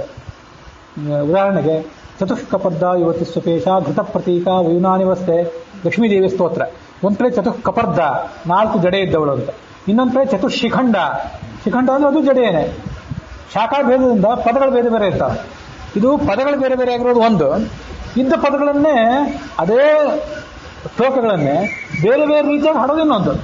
ಇವತ್ತು ನಮ್ಮಂಥವ್ರ ಎದುರಿಗೆ ಹಿಂದೂಸ್ತಾನಿ ಸಂಗೀತ ಹಾಡ್ಲಿಕ್ಕೆ ಪ್ರಾರಂಭ ಮಾಡಿದರೆ ಅದು ಜೈಪುರ ಘರಾಣನೋ ಆಗ್ರಾ ಘರಾಣನೋ ಅಂತ ಏನು ಗೊತ್ತಾಗ್ತದೆ? ಅಲ್ಲಿ ನುಡಿಸ್ತಾ ಇರೋದು ಸಂತೂರೋ, ಸಿತಾರೋ, ರುದ್ರವೀಣಿಯೋ ನಮ್ಗೇನಾದ್ರೂ ಗೊತ್ತಾಗೋ ಸಾಧ್ಯತೆ ಇದೆಯಾ? ತೀರಾ ಪಾಮರರಾದವರಿಗೆ, ಸ್ವಲ್ಪ ಅದ್ರ ಬಗ್ಗೆ ಪ್ರವೇಶ ಇದ್ದವರಿಗೆ ದನಿ ಕೇಳಿ ಇದು ಸಿತಾರ್, ಇದು ಸಂತೂರ್ ಅಂತ ಗೊತ್ತಾಗ್ತದೆ. ಉಳಿದವ್ರಿಗೆ ಏನೂ ಗೊತ್ತಾಗಲ್ಲ. ಇಷ್ಟು ನಮ್ಮ ವಾಂಗ್ಮಯ ಶ್ರೀಮಂತ ಆಗಿತ್ತು. ಆ 1000 ಗಾನ ಪ್ರಭೇದಗಳ ಪೈಕಿ 997 ಹೋದು, ಈಗ 3 ಮಾತ್ರ ಉಳಿದಿವೆ. ಯಜುರ್ವೇದದಲ್ಲಿ 1-2-3 ಉಳಿದಿವೆ 24 ಪೈಕಿ. ಇವೆಲ್ಲ ನಾವು ಕಳ್ಕೊಂಡಿದ್ದು ಅನ್ನೋದಕ್ಕೆ ಮಾತು ಹೇಳಿ. ಹಾಗೆ ಎಷ್ಟೋ ಪಾಠಗಳನ್ನು, ಎಷ್ಟೋ ಪ್ರಮೇಯಗಳನ್ನು ಕಾಲಕ್ರಮೇಣ ಮನುಷ್ಯ ಕಳ್ಕೊತಾನೆ. ಅದು ಜ್ಞಾನ ಅಂದ್ರೆ ಹಾಗೆ. ಜ್ಞಾನ ಯಾವತ್ತೂ ಅಷ್ಟು ಸುಲಭವಾಗಿ ಶುದ್ಧವಾಗಿ ಉಳಿಯೋದಿಲ್ಲ. ನಾವು ಗಮನಿಸಬೇಕಾದ ವಿಷಯ ಏನು, ಎಂತೆಂಥ ಘನ ಪಂಡಿತರು ಇವತ್ತಿನಂತ ಅವರು ಉದ್ಯೋಗಕ್ಕೆ ಹೋಗ್ತಿರ್ಲಿಲ್ಲ. ಬೆಳಗ್ಗೆ ಎದ್ದು 7 ಗಂಟೆಗೆ ಮನೆ ಬಿಡಬೇಕು, ಸಾಯಂಕಾಲ 11 ತನಕ ಆ ಪರದೇಶಿ ಕಂಪ್ನಿಗಳು ದುಡಿಬೇಕು. ದುಡಿದ್ರೆ 70-80 ಸಾವಿರ ರೂಪಾಯಿ ಸಂಬಳ, ಇಲ್ಲದೇ ಇದ್ರೆ ಕಷ್ಟ ಅನ್ನೋ ಪರಿಸ್ಥಿತಿ ಇರಲಿಲ್ಲ. ಜೀವಮಾನ ಪೂರ ವೇದಾಧ್ಯಯನಕ್ಕಾಗಿ, ಶಾಸ್ತ್ರಾಧ್ಯಯನಕ್ಕಾಗಿ ತಮ್ಮ ಸಮಯವನ್ನು ಮೀಸಲಿಟ್ಕೊಂಡಂತಹ ವಿದ್ವಾಂಸರು ಇದ್ದ ಕಾಲದಲ್ಲಿ ಇಷ್ಟೆಲ್ಲ ವಿಚ್ಛೇದ, ಇಷ್ಟೆಲ್ಲ ಸಮಸ್ಯೆಗಳು. ಹೀಗಿರುವಾಗ ಪರಂಪರಾ ವಿಚ್ಛೇದ, ಪಾರಂಪರಿಕವಾಗಿ ಏನು ಪಾಠ ಇರ್ತದೆ ಅದನ್ನ ಏನಂತ, ಅದರ ರಹಸ್ಯಗಳನ್ನು ಹೇಗೆ ತಿಳ್ಕೊಳ್ಬೇಕು, ಇವೆಲ್ಲ ಕಾಲಕ್ರಮೇಣ ವಿಚ್ಛಿನ್ನ ಆಗಿಬಿಟ್ಟಿರ್ತಾವೆ. ಹೀಗೆ ಏನೇನೋ ವಿಚ್ಛಿನ್ನ ಆಗಿರೋದ್ರಿಂದ ನಾವು ಯಾವ ಗ್ರಂಥಗಳನ್ನು ಪ್ರಮಾಣ ಸ್ವೀಕಾರ ಮಾಡಬೇಕು, ಆ ಹಾಡುಗಳಲ್ಲಿ ಇದ್ಯಾವುದು ಪ್ರಕ್ಷಿಪ್ತ, ಇದ್ಯಾವುದು ವಿಕ್ಷಿಪ್ತ, ಇದನ್ನೆಲ್ಲ ತೀರ್ಮಾನ ಮಾಡೋದು ಬಹಳ ಕಷ್ಟ. ಮತ್ತು ಒಬ್ಬರ ದೃಷ್ಟಿಯಿಂದ ಪ್ರಕ್ಷಿಪ್ತ ಆಗಿದ್ದು ಮತ್ತೊಬ್ಬರ ದೃಷ್ಟಿಯಿಂದ ಸರಿ ಇರಬಹುದು. ಹೀಗೆ 108 ಸಮಸ್ಯೆಗಳಿರೋದ್ರಿಂದ ಈ ಸಮಸ್ಯೆಗಳನ್ನೆಲ್ಲ ನಿಮ್ಮ ಎದುರಿಗೆ ಹೇಳಿ, ಈ ಪೃಥ್ವಿ ಯಾವ ಕಕ್ಷಾದಲ್ಲಿ ಸೇರ್ತಾಳೆ ಅನ್ನೋದ್ರ ಬಗ್ಗೆ ಒಂದು ಅಭಿಪ್ರಾಯ ಹೇಳ್ತೇನೆ. ನನಗೆ ಬೌದ್ಧಿಕ ಸರ್ವಾಧಿಕಾರ ಇಷ್ಟ ಇಲ್ಲ, ನಾನು ಹೇಳಿದ್ದನ್ನು ಒಪ್ಪಬೇಕು ಅಂತಿಲ್ಲ, ನಾನು ಬೌದ್ಧಿಕ ದಬ್ಬಾಳಿಕೆ ಮಾಡೋದಿಲ್ಲ. ಅದು ಇದನ್ನು ಹೇಳಲಿಕ್ಕೆ ಏನು ಕಾರಣ ಅಂತಂದರೆ, ವಿದ್ವಾಂಸರಾದವರು ಸಾಮಾನ್ಯವಾಗಿ ಸಮಾಜದಲ್ಲಿ ಗೌರವ ಪಡ್ಕೊಂಡಿರ್ತಾರೆ, ಉಚ್ಚ ಕಂಠದಿಂದ ಅವರೇನೋ ಹೇಳ್ತಿರ್ತಾರೆ. ಅವ್ರು ಹೇಳಿದ್ದು ನೋಡಿ ಜನಸಾಮಾನ್ಯರು ಓಹೋ ಇದನ್ನೇ ನಾವು ಒಪ್ಪಬೇಕು, ಈ ವಿದ್ವಾಂಸರಿಗೆ ನಾವು ಮಾನ್ಯತೆ ಕೊಡಬೇಕು, ಇವ್ರು ಹೇಳಿದ್ದನ್ನು ಒಪ್ಪಬೇಕು ಅಂತ ಒಪ್ಪಿಬಿಡ್ತಾರೆ. ಜನಸಾಮಾನ್ಯರಿಗೆ ತಮ್ಮದೇ ಆದಂತಹ ಆಲೋಚನಾ ಸರಣಿ ಇರೋದಿಲ್ಲ, ಯಾಕಂದರೆ ಶಾಸ್ತ್ರಾಧ್ಯಯನ ಮಾಡಿರೋರಾಗಿರೋದಿಲ್ಲ. ಅದು ತಪ್ಪಲ್ಲ ಅವ್ರಿಗೆ. ಆದರೆ ವಿದ್ವಾಂಸ ಅಂತ ನೀವು ನನಗೆ ಮಾನ್ಯತೆ ಕೊಟ್ಟಾಗ ನಾನು ಹೇಳಿದ್ದನ್ನೆಲ್ಲ ನೀವು ಒಪ್ಪಲೇಬೇಕು ಅಂತ ನನಗೆ ಭಾವನೆ ಇಲ್ಲ. ಹೇಳೋದು ಹೇಳ್ತೇನೆ, ನಿಮ್ಮ ಅಭಿಪ್ರಾಯವನ್ನು ರೂಪಿಸ್ಕೊಳ್ಳೋದು ನಿಮಗೆ ಬಿಟ್ಟದ್ದು. ಈಗ 3 ಜನ ಪಿತೃದೇವತೆಗಳು, ಒಬ್ಬಳು ದ್ಯು, ಒಬ್ಬಳು ಪೃಥ್ವಿ, ಇಷ್ಟರ ಬಗ್ಗೆ ಎಲ್ಲ ಇಲ್ಲಿ ಸಮಸ್ಯೆ ಇದೆ ಅಂತ ಹೇಳಿದೆ. ಅದು ಎಲ್ಲವನ್ನೂ ಕೂಡ ಒಂದೇ ದಿವಸದಲ್ಲಿ ಹೇಳಿ ಮುಗಿಸ್ಲಿಕ್ಕೆ ಆಗೋದಿಲ್ಲ. ಇದಕ್ಕೊಂದು 2-3 ದಿವಸವೇ ಬೇಕು ಪ್ರಾಯ. ಇವತ್ತು ಮೊದಲು ಪೃಥ್ವಿ ಬಗ್ಗೆ ಮಾತ್ರ ಹೇಳ್ತೇನೆ. ಪೃಥ್ವಿ ಬಗ್ಗೆ ಹೇಳಿ ಇವತ್ತಿನ ಭಾಗವನ್ನು ಸಮಾಪ್ತಿ ಮಾಡ್ತೇನೆ. ಮತ್ತು ಮುಂದೆ ದ್ಯು ಬಗ್ಗೆ, ಪಿತೃದೇವತೆಗಳ ಬಗ್ಗೆ ಮುಂದಿನ ಭಾಗಗಳಲ್ಲಿ ಹೇಳ್ತೇನೆ. ಪೃಥ್ವಿ ಬಗ್ಗೆ ಈ ಹರಿಕಥಾಮೃತಸಾರದಲ್ಲಿ ಎಲ್ಲೆಲ್ಲಿ ಪ್ರಸ್ತುತ ಆಗಿದೆ ಇದನ್ನೆಲ್ಲ ನಾನು ಒಂದು ಪಟ್ಟಿ ಮಾಡಿಕೊಂಡೆ. ಪೃಥ್ವಿ ಅಂದರೆ ಪೃಥ್ವಿ ಜೊತೆಗೆ 18ನೇ ಕಕ್ಷಾನು ಕೂಡ ಬರ್ತದೆ, ಅಲ್ಲೇ ದ್ಯೂನೂ ಬರ್ತಾಳೆ. ಮತ್ತೆ ಸ್ವಲ್ಪ ಆ ಪೃಥ್ವಿ ಜೊತೆಗೆ ಶನಿ ಕೂಡ ಬರ್ತಾನೆ. ಹಾಗಾಗಿ ಪೃಥ್ವಿ ಬಗ್ಗೆ ಪ್ರಸ್ತಾವ ಎಲ್ಲಿದೆ, ಶನಿಯ ಬಗ್ಗೆ ಪ್ರಸ್ತಾವ ಎಲ್ಲಿದೆ, ಇದನ್ನೆಲ್ಲ ನಾನು ಚೀಟಿ ಮಾಡಿಕೊಂಡು ದಾಸರು ಯಾವ್ಯಾವ ಪದ್ಯಗಳಲ್ಲಿ 7-8 ಕಡೆ ಅವರಿಬ್ಬರ ಬಗ್ಗೆ ಹೇಳಿರೋದ್ರಿಂದ ಯಾವ್ಯಾವ ಪದ್ಯಗಳಲ್ಲಿ ಏನೇನು ಹೇಳಿದ್ದಾರೆ ಅಂತ ನೋಡಿದರೆ ನಮಗೊಂದು ಅಂದಾಜು ಸಿಗ್ಬೋದು.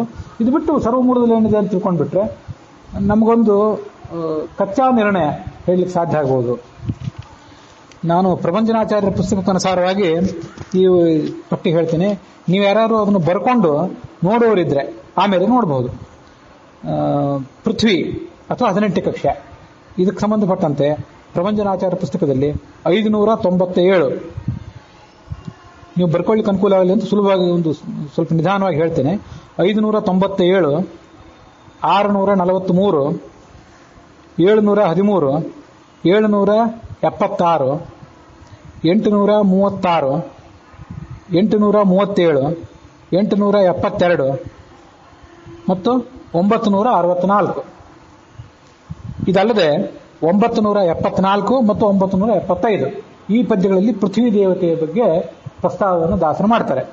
ಇನ್ನೊಂದು ಬಾರಿ ಅದನ್ನು ಹೇಳ್ತೇನೆ. 597, 643, 713,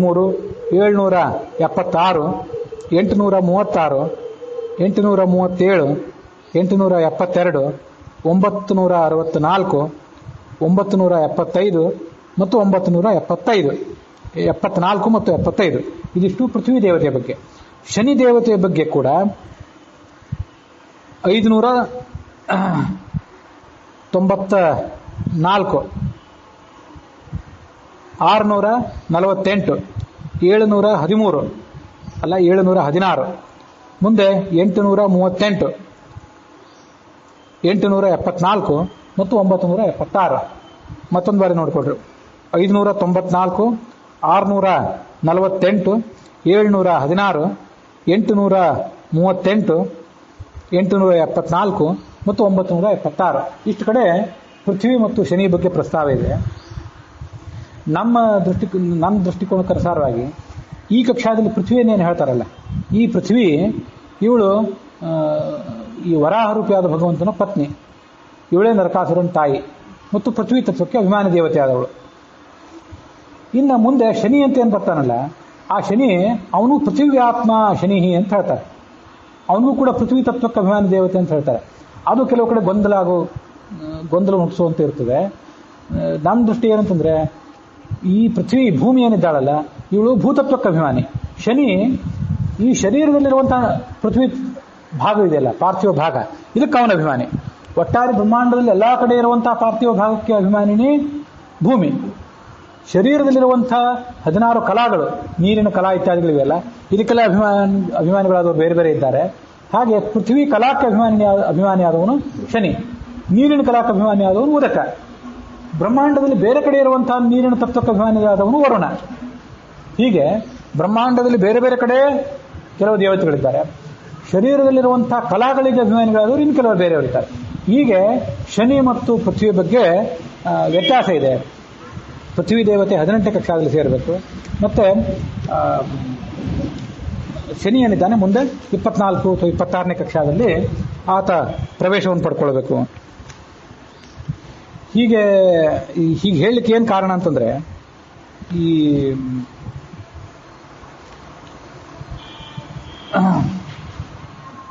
ವಿಭಾಗ ಶತವತ್ತು ಅಂತ ಸೂತ್ರ ಬ್ರಹ್ಮಸೂತ್ರಗಳಲ್ಲಿ, ಅದನ್ನ ಹಿಂದೊಂದು ಬಾರಿ ಹೇಳಿದ್ದೆ, ಇನ್ನೊಂದು ಬಾರಿ ಪ್ರಸ್ತಾವ ಮಾಡ್ತೀನಿ. ವಿಭಾಗ ಶತವತ್ತು. ಅನೇಕ ಜನ ಇದ್ದಾರೆ ಜಗತ್ತಿನಲ್ಲಿ, ಎಲ್ಲರೂ ಕೂಡ ಜ್ಞಾನಕ್ಕೆ ಅಧಿಕಾರಿಗಳಲ್ಲ. ಜ್ಞಾನ ಯಾರಿಗೆ ಬೇಕೋ ಅಂಥವ್ರು ಬಹಳ ಕಡಿಮೆ ಇರ್ತಾರೆ. ಶತವತ್ತು ಅಂತ ಒಂದು ದೃಷ್ಟಾಂತ ಕೊಡ್ತಾರೆ ವೇದವ್ಯಾಸರು. 100 ಜನರು ಅಂತೆ. ಅದೇನು 100 ಜನರು ಅಂತಂದ್ರೆ, ನವಕೋಟ್ಯೋ ಹಿ ದೇವಾನಾಂ ತೇಷಾಂ ಮಧ್ಯೆ ಶತಸ್ಯತು ಸೋಮಾಧಿಕಾರ ವೇದೋಕ್ತ ಬ್ರಹ್ಮಣಿ ಇದ್ವೇ ಶತಾಧಿಕೆ. ಒಟ್ಟು 9 ಕೋಟಿ ಜನ ದೇವತೆಗಳಿದ್ದಾರೆ. ಅವರಲ್ಲಿ 100 ಜನರಿಗೆ ಮಾತ್ರ ವೇದಕ್ಕನುಸಾರವಾಗಿ ಸೋಮಪಾನವನ್ನು ಮಾಡುವಂಥ ಅಧಿಕಾರ ಇದೆ, ಸೋಮಾಹುತಿಯನ್ನು ಸ್ವೀಕಾರ ಮಾಡುವ ಅಧಿಕಾರ ಇದೆ. 100 ಜನ ಆಯಿತು. ಇನ್ನು ಬ್ರಹ್ಮಣಿ ಇದ್ವೇ ಶತಾಧಿಕೆ. ಇನ್ನು ಇಬ್ಬರು ಏನಿದ್ದಾರೆ, 101ನೇವನು 102ನೇವನು ಅಂತ ಒಟ್ಟು 102 ಜನ ಇದ್ದಾರೆ. ಇದು ಬ್ರಹ್ಮಸೂತ್ರ ಭಾಷ್ಯದಲ್ಲಿ ಆಚಾರ್ಯರು ಉಲ್ಲೇಖ ಮಾಡುವಂಥ ಒಂದು ಶ್ಲೋಕ. 3ನೇ ಅಧ್ಯಾಯದಲ್ಲಿ 4ನೇ ಪಾದದಲ್ಲಿ 11ನೇ ಶ್ಲೋಕ ಇದು, 11ನೇ ಸೂತ್ರ ಇದು. ಆ 100 ಜನರದ್ದು ಉಲ್ಲೇಖ ಬೇಕಲ್ಲ, 100 ಜನರಲ್ಲಿ ಯಾರ್ಯಾರು ಅದನ್ನೆಲ್ಲ ನೋಡ್ತಾ ಹೋದ್ರೆ ಅದೇ ವಿಶೇಷ ಶತಸ್ಥರು 18ನೇ ಕಕ್ಷಾದಲ್ಲಿದ್ದವರು ಅವರೆಲ್ಲ ಇಲ್ಲಿ ಬರ್ತಾರೆ. ಪ್ರಧಾನವಾಯು ವಸವ ರುದ್ರಾದಿತ್ಯ ಮರುದ್ಗಣಾ ಬೃಹಸ್ಪತಿ ಋಭು ದ್ಯಾವಾ ಪೃಥಿವ್ಯಾ ವಶ್ವಿನೋ ತಥಾ ವಿಶ್ವೇ ದೇವಾಶ್ಚ ಪಿತರಃ ಶತಸ್ಥಾ ದೇವತಾ ಮತಾಃ ಅಂತ ಒಂದು ಉಲ್ಲೇಖವನ್ನು ತ್ರಿವಿಕ್ರಮ ಪಂಡಿತರು ತತ್ವಪ್ರದೀಪದಲ್ಲಿ ಮಾಡ್ತಾರೆ. ಬಹುತೇಕ ಅದನ್ನೇ ಎಲ್ಲರೂ ಕೂಡ ಒಪ್ಕೋತಾರೆ. ಈ ಶ್ಲೋಕ ಎಲ್ರಿಗೂ ಸಮ್ಮತನೇ ಈ ಒಂದು ವಾಕ್ಯ. ಆದರೆ ಅಲ್ಲಲ್ಲಿ ಆ ದ್ಯು ಅಂದರೆ ಯಾರನ್ನು ತಗೊಳ್ಬೇಕು, ಪಿತೃ ಅಂದರೆ ಯಾರನ್ನು ತಗೊಳ್ಬೇಕು, ಇಷ್ಟು ಸಮಸ್ಯೆ ಅಷ್ಟೇ. ಪ್ರಧಾನವಾಯು ಅಂದರೆ ಮುಖ್ಯ ಪ್ರಾಣ, ವಸುಗಳು ಅಂದರೆ 8 ಜನ ವಸುಗಳು, ರುದ್ರರು ಏಕಾದಶರು, ಆದಿತ್ಯರು 12 ಜನ, ಮರುತ್ಗಳು 49 ಜನ, ಬೃಹಸ್ಪತಿ, ಋಭು ಮತ್ತು ದ್ಯಾವಾ ಪೃಥ್ವಿಯವು, ದ್ಯು ಮತ್ತು ಪೃಥ್ವಿ. ಹೀಗೆ ಓದಬೇಕು, ದ್ಯು ದೇವತೆ ಮತ್ತು ಪೃಥ್ವಿ ದೇವತೆ ಅಂತ. ದ್ಯು ಅಂದ್ರೆ ಯಾರು ಅಂತ ಆಮೇಲೆ ನೋಡೋಣ. ಅದು ಓದಬೇಕಾದ್ದು ದ್ಯು ದೇವತೆ ಅಂತ. ಕೆಲವು ಕಡೆ ಕನ್ನಡ ಅನುವಾದಗಳಲ್ಲಿ ದ್ಯಾವಾ ದೇವತೆ ಅಂತ ಬರೀತಾರೆ, ಹಾಗಲ್ಲ ಅದು. ದ್ಯು ದೇವತೆ ಅದು ದ್ವಿವಚನದಲ್ಲಿ ಸಮಾಸ ಆಗುವಾಗ ದ್ಯುಶ್ಚ ಪೃಥ್ವೀಚ, ಈ ರಾಮಶ್ಚ ಕೃಷ್ಣಶ್ಚ ರಾಮಕೃಷ್ಣವು ಅಂತ ಹೇಗಾಗ್ತದಲ್ಲ ಹಾಗೆ ದ್ಯುಶ್ಚ ಪೃಥ್ವೀಚ ದ್ಯಾವಾ ಪೃಥ್ವಿಯವು ಅಂತ ಆಗ್ತದೆ. ಸಮಾಸದಲ್ಲಿ ದ್ಯಾವಾ ಅಂತ ಆಗ್ತದೆ ಹೊರತು ನಾವು ಅದನ್ನು ಪ್ರತ್ಯೇಕವಾಗಿ ಓದುವಾಗ ದ್ಯಾವಾದೇವಿ ಅಂತ ಓದಬಾರ್ದು. ಹೀಗೆ ದ್ಯು, ಪೃಥ್ವಿ, ಅಶ್ವಿನಿ ದೇವತೆಗಳು, ವಿಶ್ವೇ ದೇವತೆಗಳು, ಪಿತೃಗಳು, ಇವರೆಲ್ಲ 100 ಜನ ದೇವತೆಗಳು. ಇಲ್ಲಿ ಆ ಪೃಥ್ವಿ ಅನ್ನುವಂಥ ಒಂದು ಪ್ರಸ್ತಾವ ಬಂತಲ್ಲ, ಆ ಪೃಥ್ವಿ ಅಂತ ನೋಡನ್ನ 18ನೇ ಕಕ್ಷಾದಲ್ಲಿ ಸೇರಿಸಬೇಕು. ಕೆಲವರ ದೃಷ್ಟಿ, ಅನೇಕ ಜನ ವಿದ್ವಾಂಸರನ್ನ ನಾನು ಕೂಡ ಈ ಸಂಬಂಧಪಟ್ಟಂತೆ ಮಾತಾಡಿಸಿದ್ದೇನೆ. ಈ 18ನೇ ಕಕ್ಷಾದಲ್ಲಿ ಬರುವಂತಹ ಪೃಥ್ವಿ ಒಬ್ಬಳು ಇದ್ದಾಳೆ, ಇನ್ನೊಬ್ಬಳು ಪೃಥ್ವಿ 24ನೇ ಕಕ್ಷಾದಲ್ಲಿ ಶನಿ ಜೊತೆ ಬರುವಳಿದ್ದಾಳೆ. ಇಬ್ಬರು ಪೃಥ್ವಿಗಳನ್ನು ಹೇಳಬೇಕು ಅಂತಂದ್ರೂ ಕೂಡ ಕೆಲವರು ವಿದ್ವಾಂಸರು ಅಭಿಪ್ರಾಯ ಪಡ್ತಾರೆ. ಯಾಕಂದರೆ ಜಗನ್ನಾಥದಾಸರ ಹರಿಕಥಾಮೃತಸಾರಕ್ಕೆ ಅನುಸಾರವಾಗಿ, ಅದೊಂದು ದಾಸ ಸಾಹಿತ್ಯಕ್ಕೆ ಜಗನ್ನಾಥದಾಸರ ಹರಿಕಥಾಮೃತಸಾರ, ವಿಜಯದಾಸರ ಸುಳಾದಿಗಳು ಇವೆಲ್ಲ ಭದ್ರವಾದ ಬುನಾದಿಗಳಲ್ಲ. ಹಾಗಾಗಿ ಜಗನ್ನಾಥದಾಸರೇ ಈ 18ನೇ ಕಕ್ಷಾವನ್ನು ವಿವರಣೆ ಮಾಡುವಾಗ ಅಲ್ಲೊಂದು ಬಾರಿ ಪೃಥ್ವಿಯನ್ನು ಶಬ್ದ ಪ್ರಯೋಗ ಮಾಡ್ತಾರೆ. ಮುಂದೆ ಶನಿಯ ಜೊತೆಗೆ ಇದೇ ಕಕ್ಷಾ ತಾರತಮ್ಯ ಸಂಧಿಯಲ್ಲಿ 32ನೇ ಸಂಧಿಯಲ್ಲಿ ಶನಿಯ ಜೊತೆಗೊಮ್ಮೆ ಪೃಥ್ವಿಯನ್ನು ಉಲ್ಲೇಖ ಮಾಡ್ತಾರೆ. ಹೀಗೆ ದಾಸರು ಎರಡು ಕಡೆ ಅಂದರೆ ಸಂಧಿಗಳು ಬೇರೆ ಬೇರೆ ಸಂಧಿಗಳಲ್ಲಿ 18ನೇ ಕಕ್ಷಾದಲ್ಲಿ ಒಮ್ಮೆ 24ನೇ ಕಕ್ಷಾದ ಜೊತೆಗೆ ಒಮ್ಮೆ ಆ ಶನಿಯನ್ನು ವರ್ಣನೆ ಮಾಡಿರೋದ್ರಿಂದ ಇಬ್ಬರು ಪೃಥ್ವಿಯನ್ನು ವರ್ಣನೆ ಮಾಡಿರೋದ್ರಿಂದ ಪೃಥ್ವಿ ಇಬ್ಬರು ಆಗಿರಬೇಕು ಅಂತ ಹೀಗೆ ಒಂದು ಕಲ್ಪನಾ ಇದೆ. ಅದರಲ್ಲಿ ಇಬ್ಬರು ಪೃಥ್ವಿಗಳ ಪೈಕಿ ವರಾಹನ ಪತ್ನಿ ಯಾರು? ಶನೈಶ್ಚರನ ಜೊತೆಗಿರುವಂಥ ಪೃಥ್ವಿ ಇದ್ದಾಳಲ್ಲ, ಆಕೆ ವರಾಹದೇವರ ಪತ್ನಿ. ಹಾಗಾದರೆ 18ನೇ ಕಕ್ಷಾದಲ್ಲಿ ಬರುವಂಥ ಪೃಥ್ವಿ ಯಾರು? ಈ ಪೃಥ್ವಿಯ ಗಂಡ ಯಾರು? ಇವಳ ಮಕ್ಕಳು ಯಾರು? ಇವಳ ಕಾರ್ಯ ಏನು? ಹೀಗೆಲ್ಲ ಪ್ರಶ್ನೆ ಬರ್ತದೆ. ಆ ಪ್ರಶ್ನೆಗಳಿಗೆ ಸರಿಯಾದಂಥ ಉತ್ತರ ನನಗೂ ಇವತ್ತಿಗೂ ಸಿಕ್ಕಿಲ್ಲ. ಅದಕ್ಕಾಗಿ ಇಬ್ಬಿಬ್ಬರು ಪೃಥ್ವಿಗಳ ಅಸ್ತಿತ್ವವನ್ನು ನಾನು ಒಪ್ಪಲಿಕ್ಕೆ ಸಿದ್ಧನಿಲ್ಲ. 18ನೇ ಕಕ್ಷಾದಲ್ಲಂತೂ ಒಬ್ಬಳು ಪೃಥ್ವಿ ಬಂದೇ ಬರ್ತಾಳೆ. 17 ಮತ್ತು 19 ಇವೆರಡು ಕಕ್ಷಾಗಳ ನಡುವೆ ಈ ಶೇಷ ದೇವತೆಗಳಿದ್ದಾರೆ ಅಂತ ಆಚಾರ್ಯರು ತಮ್ಮ ಅನುವ್ಯಾಖ್ಯಾನದಲ್ಲಿ ಅದನ್ನು ಸ್ಪಷ್ಟವಾಗಿ ಹೇಳಿದ್ದಾರೆ. ಅನುವ್ಯಾಖ್ಯಾನಕ್ಕನುಸಾರವಾಗಿ ಟೀಕಾಚಾರ್ಯರು ಕೂಡ ಅದರದ್ದೆಲ್ಲವನ್ನೂ ವಿವರಣೆ ಹೇಳ್ತಾರೆ. ಅದು ಹೇಗೆ ಅಂತಂದರೆ ಇಲ್ಲಿ ನೋಡ್ರಿ, ತದನ್ಯಾಹ ಮುಕ್ತದೇವೇಭ್ಯ ಅನ್ಯಾಹ ಶತದೇವತಾ ಅಂದರೆ ಸೋಮಾರ್ಹ ದೇವತಾ, ಸೋಮಪಾನಾರ್ಹ ದೇವತೆಗಳು 100ರಲ್ಲಿ ಸೇರುವಂಥವರು. ಅವರು ಪರ್ಜನ್ಯ ಮಿತ್ರಾಂತರಾಲೆ, ಪರ್ಜನ್ಯ ಮತ್ತು ಮಿತ್ರರ ನಡುವೆ. ಪರ್ಜನ್ಯ 19, ಮಿತ್ರ 17, ಇವರಿಬ್ಬರ ಅಂತರಾಳದಲ್ಲಿ ಬರ್ತಾರೆ. ಅಂದರೆ ಪರ್ಜನ್ಯಾದ ಉತ್ತಮಾಹ, ಮಿತ್ರಾದ ಅಧಮಾಹ. ಈ ಟೀಕಾವಾಕ್ಯಗಳಿವೆಲ್ಲ ಜಯತೀರ್ಥರ ವಾಕ್ಯಗಳು ಓದಿದ್ರೆ ಸ್ಪಷ್ಟವಾಗಿ ಅರ್ಥ ಆಗುವಂತಿದೆ.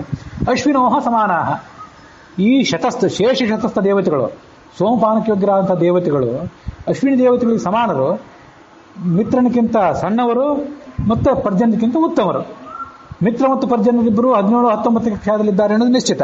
ಹಾಗಿರುವಾಗ ಈ ಶೇಷ ಶತಸ್ಥ ದೇವತೆಗಳು, ಸೋಮಪಾನವನ್ನು ಮಾಡುವಂಥ ಶೇಷ ಶತಸ್ಥ ದೇವತೆಗಳು, ಇವರು 18ನೇ ಕಕ್ಷಾದಲ್ಲಿ ಬರಬೇಕು ಅಂತನ್ನೋದು ಟೀಕಾಚಾರ್ಯರಿಗೆ ಮತ್ತು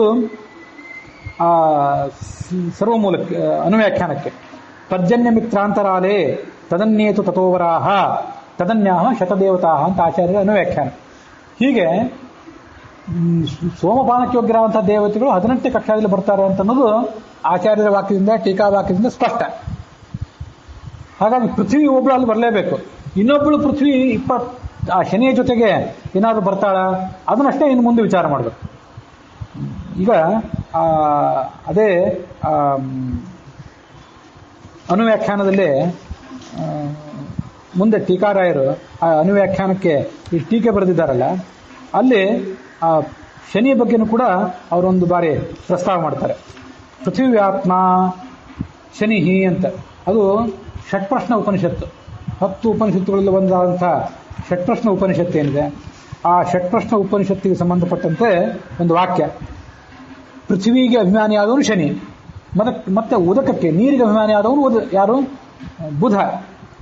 ಅವರಿಬ್ಬರು ಹೇಳಿದಾನಲ್ಲ, ನೀರಿನ ಕಲಾಕ್ಕೆ ಮತ್ತು ಪೃಥ್ವಿ ಕಲಾಕ್ಕೆ ಅಭಿಮಾನಿಗಳು ಅವರಿಬ್ಬರು.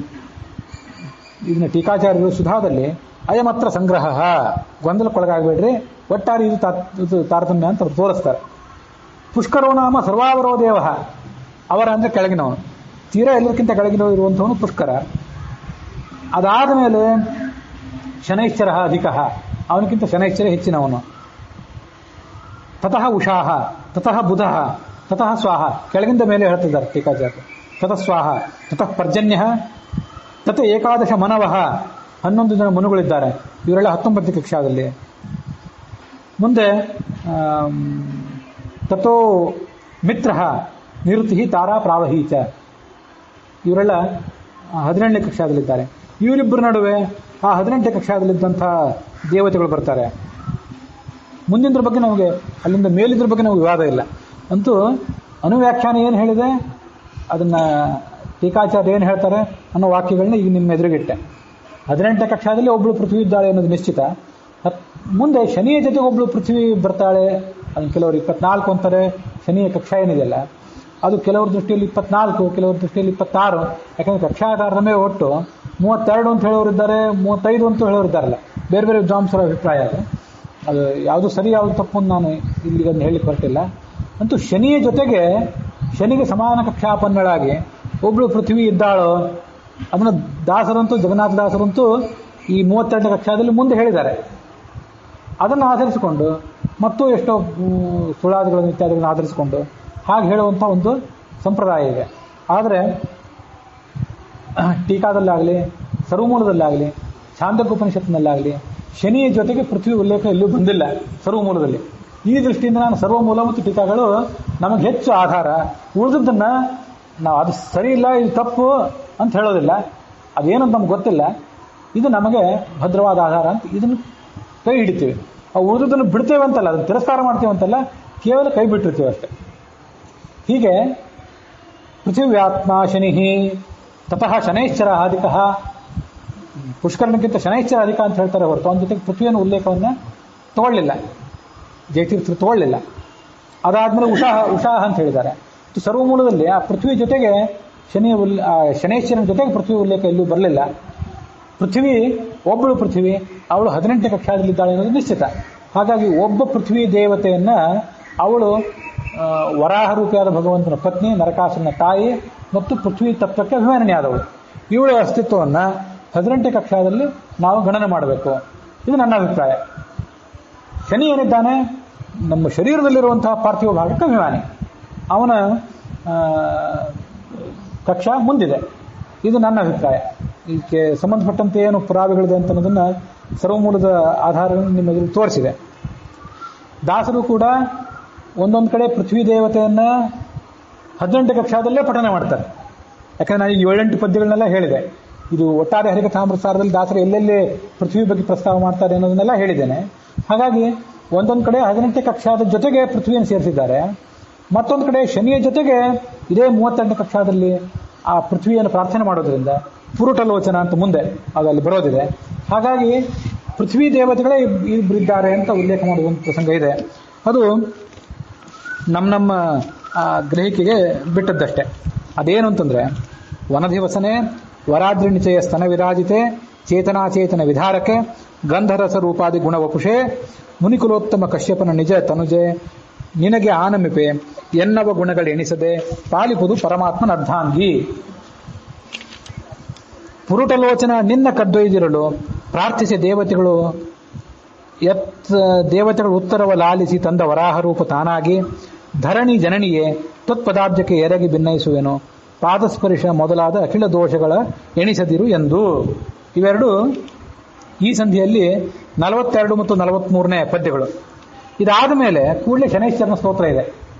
ಇದು ಪ್ರಭಂಜನಾಚಾರ್ಯ ಪುಸ್ತಕದಲ್ಲಿ. ಇನ್ನೂ ಕೆಲವು ಹರಿಕಥಾಮೃತಸಾರದ ಪುಸ್ತಕಗಳನ್ನು ನಾನು ಪರಾಮರ್ಶೆ ಮಾಡಿದ್ದೇನೆ. ಇವೆರಡು ಪದ್ಯಗಳು, ಈ ಭೂದೇವಿಯನ್ನು ಪ್ರಾರ್ಥನೆ ಮಾಡುವಂಥ ಇವೆರಡು ಪದ್ಯ 18ನೇ ಕಕ್ಷಾದ ಜೊತೆಗಿದೆ. ಇದೊಂದು ಪುಸ್ತಕ ಇದೆ, ಇಲ್ಲಿ HV ರಂಗನಾಥನ್ ಅವರು ಸಂಪಾದನೆ ಮಾಡಿದಂಥ ಒಂದು ಪುಸ್ತಕ. ಈ ಪುಸ್ತಕದಲ್ಲಿ ಪೃಥ್ವಿ ದೇವತೆಯನ್ನು ಸ್ತೋತ್ರ ಮಾಡುವಂಥ ಇವೆರಡು ಪದ್ಯಗಳು ಅಲ್ಲಿವೆ. ಅಂದರೆ ಆ ಸಂಪಾದಕರು, ಅವರಿಗೆ ಪಾಠ ಮಾಡಿದಂಥವ್ರು, ವಿದ್ವಾಂಸರು, ಅವ್ರ ದೃಷ್ಟಿಯಲ್ಲಿ ಅದು ಅಲ್ಲಿ ಸೇರಬೇಕು. ಹೀಗೆ ನಮಗೆ ಬೇರೆ ಬೇರೆ ಥರದ ಅಭಿಪ್ರಾಯಗಳನ್ನ ನಾವು ನೋಡ್ತೀವಿ. ಪಾಠ ನಿರ್ಣಯ ಮಾಡೋದು ಅಷ್ಟು ಸುಲಭ ಅಲ್ಲ. ನಾವು ಏನು ಬೇಕಾದ ಹೇಳ್ಬೋದು, ನಮಗೆ ಹೀಗೆ ಪಾಠ ಸಿಕ್ಕಿದೆ ಅಂಥೇಳಿ. ಹಾಗಾಗಿ ಅದನ್ನ ನಿರ್ಧಾರ ಮಾಡಿಕೊಂಡು ಅದನ್ನು ಎಲ್ಲಿ ಸೇರಬೇಕು ಅಂತ ಅನ್ನೋದನ್ನ ನಾವು ತೀರ್ಮಾನ ಮಾಡಬೇಕಷ್ಟೆ. ಪದ್ಮನಾಭದಾಸರ ಗ್ರಂಥಗಳಲ್ಲೂ ಕೂಡ ವನದಿವಸನೆ ವರಾದ್ರಿ ನಿಚಯೇ ಅನ್ನುವಂಥ ಈ ಪುಸ್ತಕಗಳೇನಿವೆ, ಈ ಪಾಠಗಳೇನಿವೆ, ಮತ್ತು ಪುರುಟಲೋಚನ ಅನ್ನುವಂಥ 2 ಪದ್ಯ, ಇವನೂ ಕೂಡ ಶನಿಯ ಜೊತೆಗೇನೆ ಪಠಿತ ಆಗಿವೆ ಪದ್ಮನಾಭದಾಸರ ಪುಸ್ತಕದಲ್ಲಿ. ಮತ್ತು ಹರಿಕಥಾಮೃತಸಾರದ ಕೆಲವು ಪಾಠಗಳಲ್ಲಿ ಒಂದು ಥರ, ಇನ್ನು ಕೆಲವು ಪಾಠಗಳಲ್ಲಿ ಮತ್ತೊಂದು ಥರ, ಹೀಗೆಲ್ಲ ಇದೆ. ಅದರ ಅರ್ಥ ಏನು ಆ 2 ಪದ್ಯಗಳದು? ಪೃಥ್ವಿ ಬಗ್ಗೆ ನಾನು ಇವತ್ತು ಹೇಳಿದೆ, ಆದ್ದರಿಂದ ಆ 2 ಪದ್ಯಗಳ ಅರ್ಥ ಹೇಳಿ ಮುಂದೆ ಹೋಗ್ತೇನೆ. ವನಧಿ ಅಂದರೆ ಸಮುದ್ರ ವಸನೆ, ವರಾದ್ರಿ ನಿಚಯ ಸ್ತನ ವಿರಾಜಿತೆ, ಪರ್ವತ ಸ್ತನ ಮಂಡಿತೆ. ವರಾದ್ರಿ ಅಂದರೆ ದೊಡ್ಡ ದೊಡ್ಡ ಪರ್ವತಗಳು. ಚೇತನಾಚೇತನ ವಿಧಾರಕೆ, ಇಡೀ ಪರ್ವತಗಳು, ಇಡೀ ಚೇತನಾಚೇತನ ಜಗತ್ತೆಲ್ಲರನ್ನು ನೀನು ಧಾರಣೆ ಮಾಡಿದ್ದಿ. ಗಂಧ ರಸ ರೂಪಾದಿ ಗುಣ ವಪುಷೆ, ಪೃಥ್ವಿಯ ಗುಣಗಳು ಗಂಧ ರಸ ರೂಪ ಇವೆಲ್ಲ, ಅದೇ ನಿನ್ನ ಶರೀರ. ಮುನಿಕುಲೋತ್ತಮ ಕಶ್ಯಪನ ನಿಜ ತನುಜೆ, ಶೋಣಿರ್ಜಾ ಕಾಶ್ಯಪೀಕ್ಷಿತಿ ಅಂತ, ಕಾಶ್ಯಪಿ ಅಂತ ಆ ಭೂಮಿಯ ಸ್ತೋತ್ರ, ಅದು ಕಶ್ಯಪನ ಮಗಳು. ನಿನಗೆ ಆನಮಿಪೆ, ನಮಸ್ಕಾರ ಮಾಡ್ತೇನೆ, ನನ್ನ ಅವಗುಣಗಳನ್ನು ನೀನು ಪರಿಗಣನೆ ಮಾಡಬೇಡ, ಪರಮಾತ್ಮನ ಅರ್ಧಾಂಗಿ ನೀನು ಅಂತ ಅವಳ ಸ್ತೋತ್ರ. ಮುಂದೆ ಮತ್ತೊಂದು ಸ್ತೋತ್ರ, ಪುರುಟಲೋಚನ. ಪುರುಟ ಅಂತಂದ್ರೆ ಬಂಗಾರ ಅಂತ ಅರ್ಥ. ಪುರುಟಲೋಚನ ಅಂದ್ರೆ ಹಿರಣ್ಯಾಕ್ಷ. ಆತ ನಿನ್ನನ್ನು ಕದ್ದೊಯ್ದಾಗ ದೇವತೆಗಳು ಪ್ರಾರ್ಥನೆ ಮಾಡಿದರು. ಆ ದೇವತೆಗಳ ಒಂದು ಪ್ರಾರ್ಥನೆಯನ್ನು ನೀನು ಭಗವಂತ ಲಾಲಿಸಿ ವರಾಹ ರೂಪದ ಒಂದು ಧಾರಣೆಯನ್ನು ಮಾಡಿದ. ವರಾಹ ರೂಪವನ್ನು ಧಾರಣೆ ಮಾಡಿ ನಿನ್ನನ್ನು ಮೇಲೆತ್ತಿದ. ಧರಣಿ ಜನನಿಯೇ ತ್ವತ್ಪಾದಾಬ್ಜಕ್ಕೆ ಎರಗಿ, ನಿನ್ನ ಪಾದಗಳಿಗೆ ನಾನು ನಮಸ್ಕಾರ ಮಾಡ್ತೇನೆ. ಏನಂತ? ಪಾದಸ್ಪರ್ಶ ಮೊದಲಾದ ಅಖಿಲ ದೋಷಗಳು ಎಣಿಸದಿರು. ಪಾದಸ್ಪರ್ಶ ಮೊದಲಾದ ದೋಷಗಳು ನನ್ನ ಕಡೆಯಿಂದ ಆಗಬಹುದು, ಅನಿವಾರ್ಯ ನನಗಿದು. ನೀನು ನನಗೆ ಆ ದೋಷಗಳನ್ನು ಪರಿಹಾರ ಮಾಡಿ ಅನುಗ್ರಹಿಸಬೇಕು. ಪದ್ಯಗಳು ಇದಕ್ಕೆ ಸಂಬಂಧಪಟ್ಟಂತೆ ಇನ್ನು ಭಾಗವತದ ಒಂದು ಶ್ಲೋಕ ನೋಡಿಬಿಟ್ರೆ ಇವತ್ತಿನ ಭಾಗ ಮುಕ್ತಾಯ ಕಾಣಿಸ್ತದೆ. ಯಾಕೆಂದ್ರೆ ಪೃಥ್ವಿಯಲ್ಲಿರುವಂಥ ರೂಪ ಅಂದರೆ ಪೃಥ್ವೀಸ್ಥೋ ವರಾಹಸ್ತು ಸಂಹಿತಾ ದೇವತೋದಿತ ಅಂತ ಐತರೇಯ ಭಾಷ್ಯದಲ್ಲಿ ಆಚಾರ್ಯ ಹೇಳ್ತಾರೆ. ಪೃಥ್ವಿಯಲ್ಲಿ 2 ರೂಪಗಳಿವೆ. ನಿತ್ಯ ನಾವು ಸಮುದ್ರ ವಸನೇ ದೇವಿ ಪರ್ವತಸ್ಥನ ಮಂಡಿತೆ ವಿಷ್ಣು ಪತ್ನಿ ನಮಸ್ತುಭ್ಯಂ ಪಾದಸ್ಪರ್ಶಂ ಕ್ಷಮಸ್ವಮೇ ಅಂತೀವಲ್ಲ, ಆ ಅನ್ನುವಾಗ ಅಲ್ಲಿ ಯಾರನ್ನು ಪ್ರಾರ್ಥನೆ ಮಾಡಬೇಕು? ಪೃಥ್ವಿ ಅಂತರ್ಗತನಾದ ಭಗವಂತನ ಪ್ರಾರ್ಥನೆ ಮಾಡಬೇಕಲ್ಲ.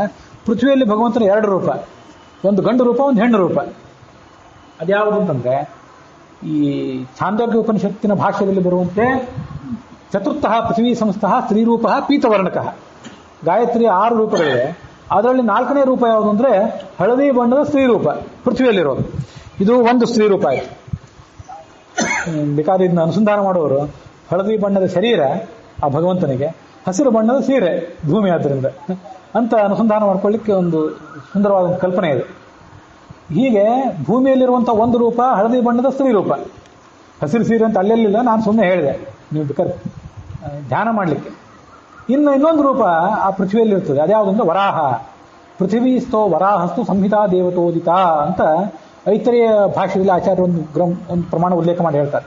ವರಾಹನನ್ನು ಏನಂತ ಉಪಾಸನೆ ಮಾಡಬೇಕು ಅಂದ್ರೆ, ಈ ಸಂಹಿತಾ ಪಾಠ, ಪದಪಾಠ, ಜಟಾಪಾಠ, ಘನಪಾಠ ಅಂತೆಲ್ಲ ಇರ್ತಾವಲ್ಲ, ಅದರಲ್ಲಿ ಸಂಹಿತಾ ಪಾಠಕ್ಕೆ ವರಾಹ ನಿಯಾಮಕ, ಮತ್ತೆ ಪದಪಾಠಕ್ಕೆ ವಾಮನ ನಿಯಾಮಕ, ಘನಪಾಠಕ್ಕೆ ನರಸಿಂಹ ನಿಯಾಮಕ. ಅಂತೂ ಪೃಥ್ವಿಯಲ್ಲಿರುವಂಥ ವರಾಹ ಆತ ಸಂಹಿತಾ ಪಾಠಕ್ಕೆ ನಿಯಾಮಕ. ಅವನು ಓಂ ನಮೋ ಭಗವತೆ ಮಂತ್ರ ತತ್ವಲಿಂಗಾಯ ಯಜ್ಞಕೃತವೇ ಮಹೀಧರಾಯ ಮಹಾಪುರುಷಾಯ ನಮಃ ಕರ್ಮಶುಕ್ಲಾಯ ತ್ರಿಯುಗಾಯ ನಮಸ್ತೆ ಅಂತ ಆ ಉತ್ತರ ಕುರು ಅಂತ ಒಂದು ಖಂಡ ಭಾಗವತದ 18ನೇ ಅಧ್ಯಾಯದ 34ನೇ ಶ್ಲೋಕ ಹೇಳುವಂತೆ, ಅಲ್ಲಿ ಯಜ್ಞಪುರುಷನಾದ ವರಾಹ ರೂಪ ಇರ್ತಾನೆ. ಅವನನ್ನು ಭೂದೇವಿ ಅಲ್ಲಿಯ ಕುರು ಖಂಡದ ನಿವಾಸಿಗಳ ಜೊತೆಗೆ ಆರಾಧನೆ ಮಾಡ್ತಾಳೆ. ಈ ಮಂತ್ರವನ್ನು ಮುಂದೆ ಉಪಾಸನೆ ಮಾಡ್ತಾಳೆ. ಭಗವಾನ್ ಷಡ್ಗುಣ ಐಶ್ವರ್ಯ ಸಂಪನ್ನನಾದವನು ಮಂತ್ರ ತತ್ವಲಿಂಗಾಯ, ಮಂತ್ರಗಳಿಂದಲೇ ಆತ ನಮಗೆ ವ್ಯಕ್ತನಾಗಬೇಕು. ಯಜ್ಞಕೃತವೇ, ಯಜ್ಞರೂಪಿಯಾದವನು, ಅದಕ್ಕೆ ಯಜ್ಞವರಾಹ ಅಂತ ಕರಿತೀವಿ ಅವನನ್ನ. ಅವನ ಅಂಗಾಂಗಗಳಿದ್ದಲೇ ಯಜ್ಞಕ್ಕೆ ಬೇಕಾದ ಸಾಮಗ್ರಿಗಳೆಲ್ಲ ಹುಟ್ಟಿದವು, ಇದು ಗೊತ್ತಿದೆ ನಮಗೆ. ಮಹೀಧರ, ಭೂಮಿಯನ್ನು ಎತ್ತಿ ಹಿಡಿದವನು. ಮಹಾಪುರುಷ ಗೊತ್ತು. ಕರ್ಮ ಶುಕ್ಲ, ಶುದ್ಧ ಕರ್ಮವನ್ನು ತಾನು ಮಾಡಿ ಶುದ್ಧ ಕರ್ಮವನ್ನು ನಮ್ಮ ಕಡೆಯಿಂದ ಮಾಡಿಸ್ಬೇಕಾದವನು. ತ್ರಿಯುಗಾಯ ನಮಸ್ತೆ, 3 ಯುಗದಲ್ಲಿ ಮಾತ್ರ ಅವತಾರ ಮಾಡುವವನು ಅಂತ ವರಾಹರ ರೂಪಿಯಾದ ಭಗವಂತನ ಸ್ತೋತ್ರ ಇದೆ. ಅಂತೂ ಇವತ್ತು ಶುಕ್ರವಾರ ನಾವು ಪೃಥ್ವಿ ಬಗ್ಗೆ ನನ್ನ ಸೀಮಿತ ಅಧ್ಯಯನದಲ್ಲಿ, ಸೀಮಿತ ಜ್ಞಾನದಲ್ಲಿ ಏನು ನನಗೆ ಕಂಡಿದೆ ಅದು ನಿಮ್ಮ ಎದುರಿಗೆ ಹೇಳಿದೆ. ಆ ಪೃಥ್ವಿಯಲ್ಲಿ ಅಂತರ್ಯಾಮಿಯಾಗಿರ್ತಕ್ಕಂಥ, ಅಂದರೆ ಈ ಪೃಥ್ವಿ ತತ್ವಕ್ಕೆ ಅಭಿಮಾನಿ ದೇವತೆ ಆದ ಭೂಮಿ ಏನಿದ್ದಾಗಲ್ಲ, ಇವಳ ಅಂತರ್ಯಾಮಿಯಾಗಿರ್ತಕ್ಕಂಥ ಮುಖ್ಯ ಪ್ರಾಣ, ಅವನ ಅಂತರ್ಯಾಮಿಯಾಗಿರ್ತಕ್ಕಂಥ ಭೂ ಅನ್ನುವ ಲಕ್ಷ್ಮೀ ದೇವಿಯ ರೂಪ. ಸ್ಯೋನಾ ಪೃಥ್ವಿ ಭವಾನ್ ವೃಕ್ಷರ ನಿವೇಶಾನಿ ಯಚ್ಛಾ ನಶರ್ಮ ಸಪ್ರಥ ಅಂತ ಋಗ್ವೇದ. ಸ್ಯೋನಾ ಪೃಥ್ವಿ, ಸ್ಯೋನ ಅಂತ ಸುಖಕರಿಯಾದವಳು. ಭವಾನ್ ವೃಕ್ಷರ ನಿವೇಶಾನಿ, ನನಗೆ ನೀನು ನಿವೇಶನ ಕೊಡಬೇಕು, ಸೈಟ್ ಕೊಡಬೇಕಲ್ಲ, ನೀನೇ ಕೊಡಬೇಕು.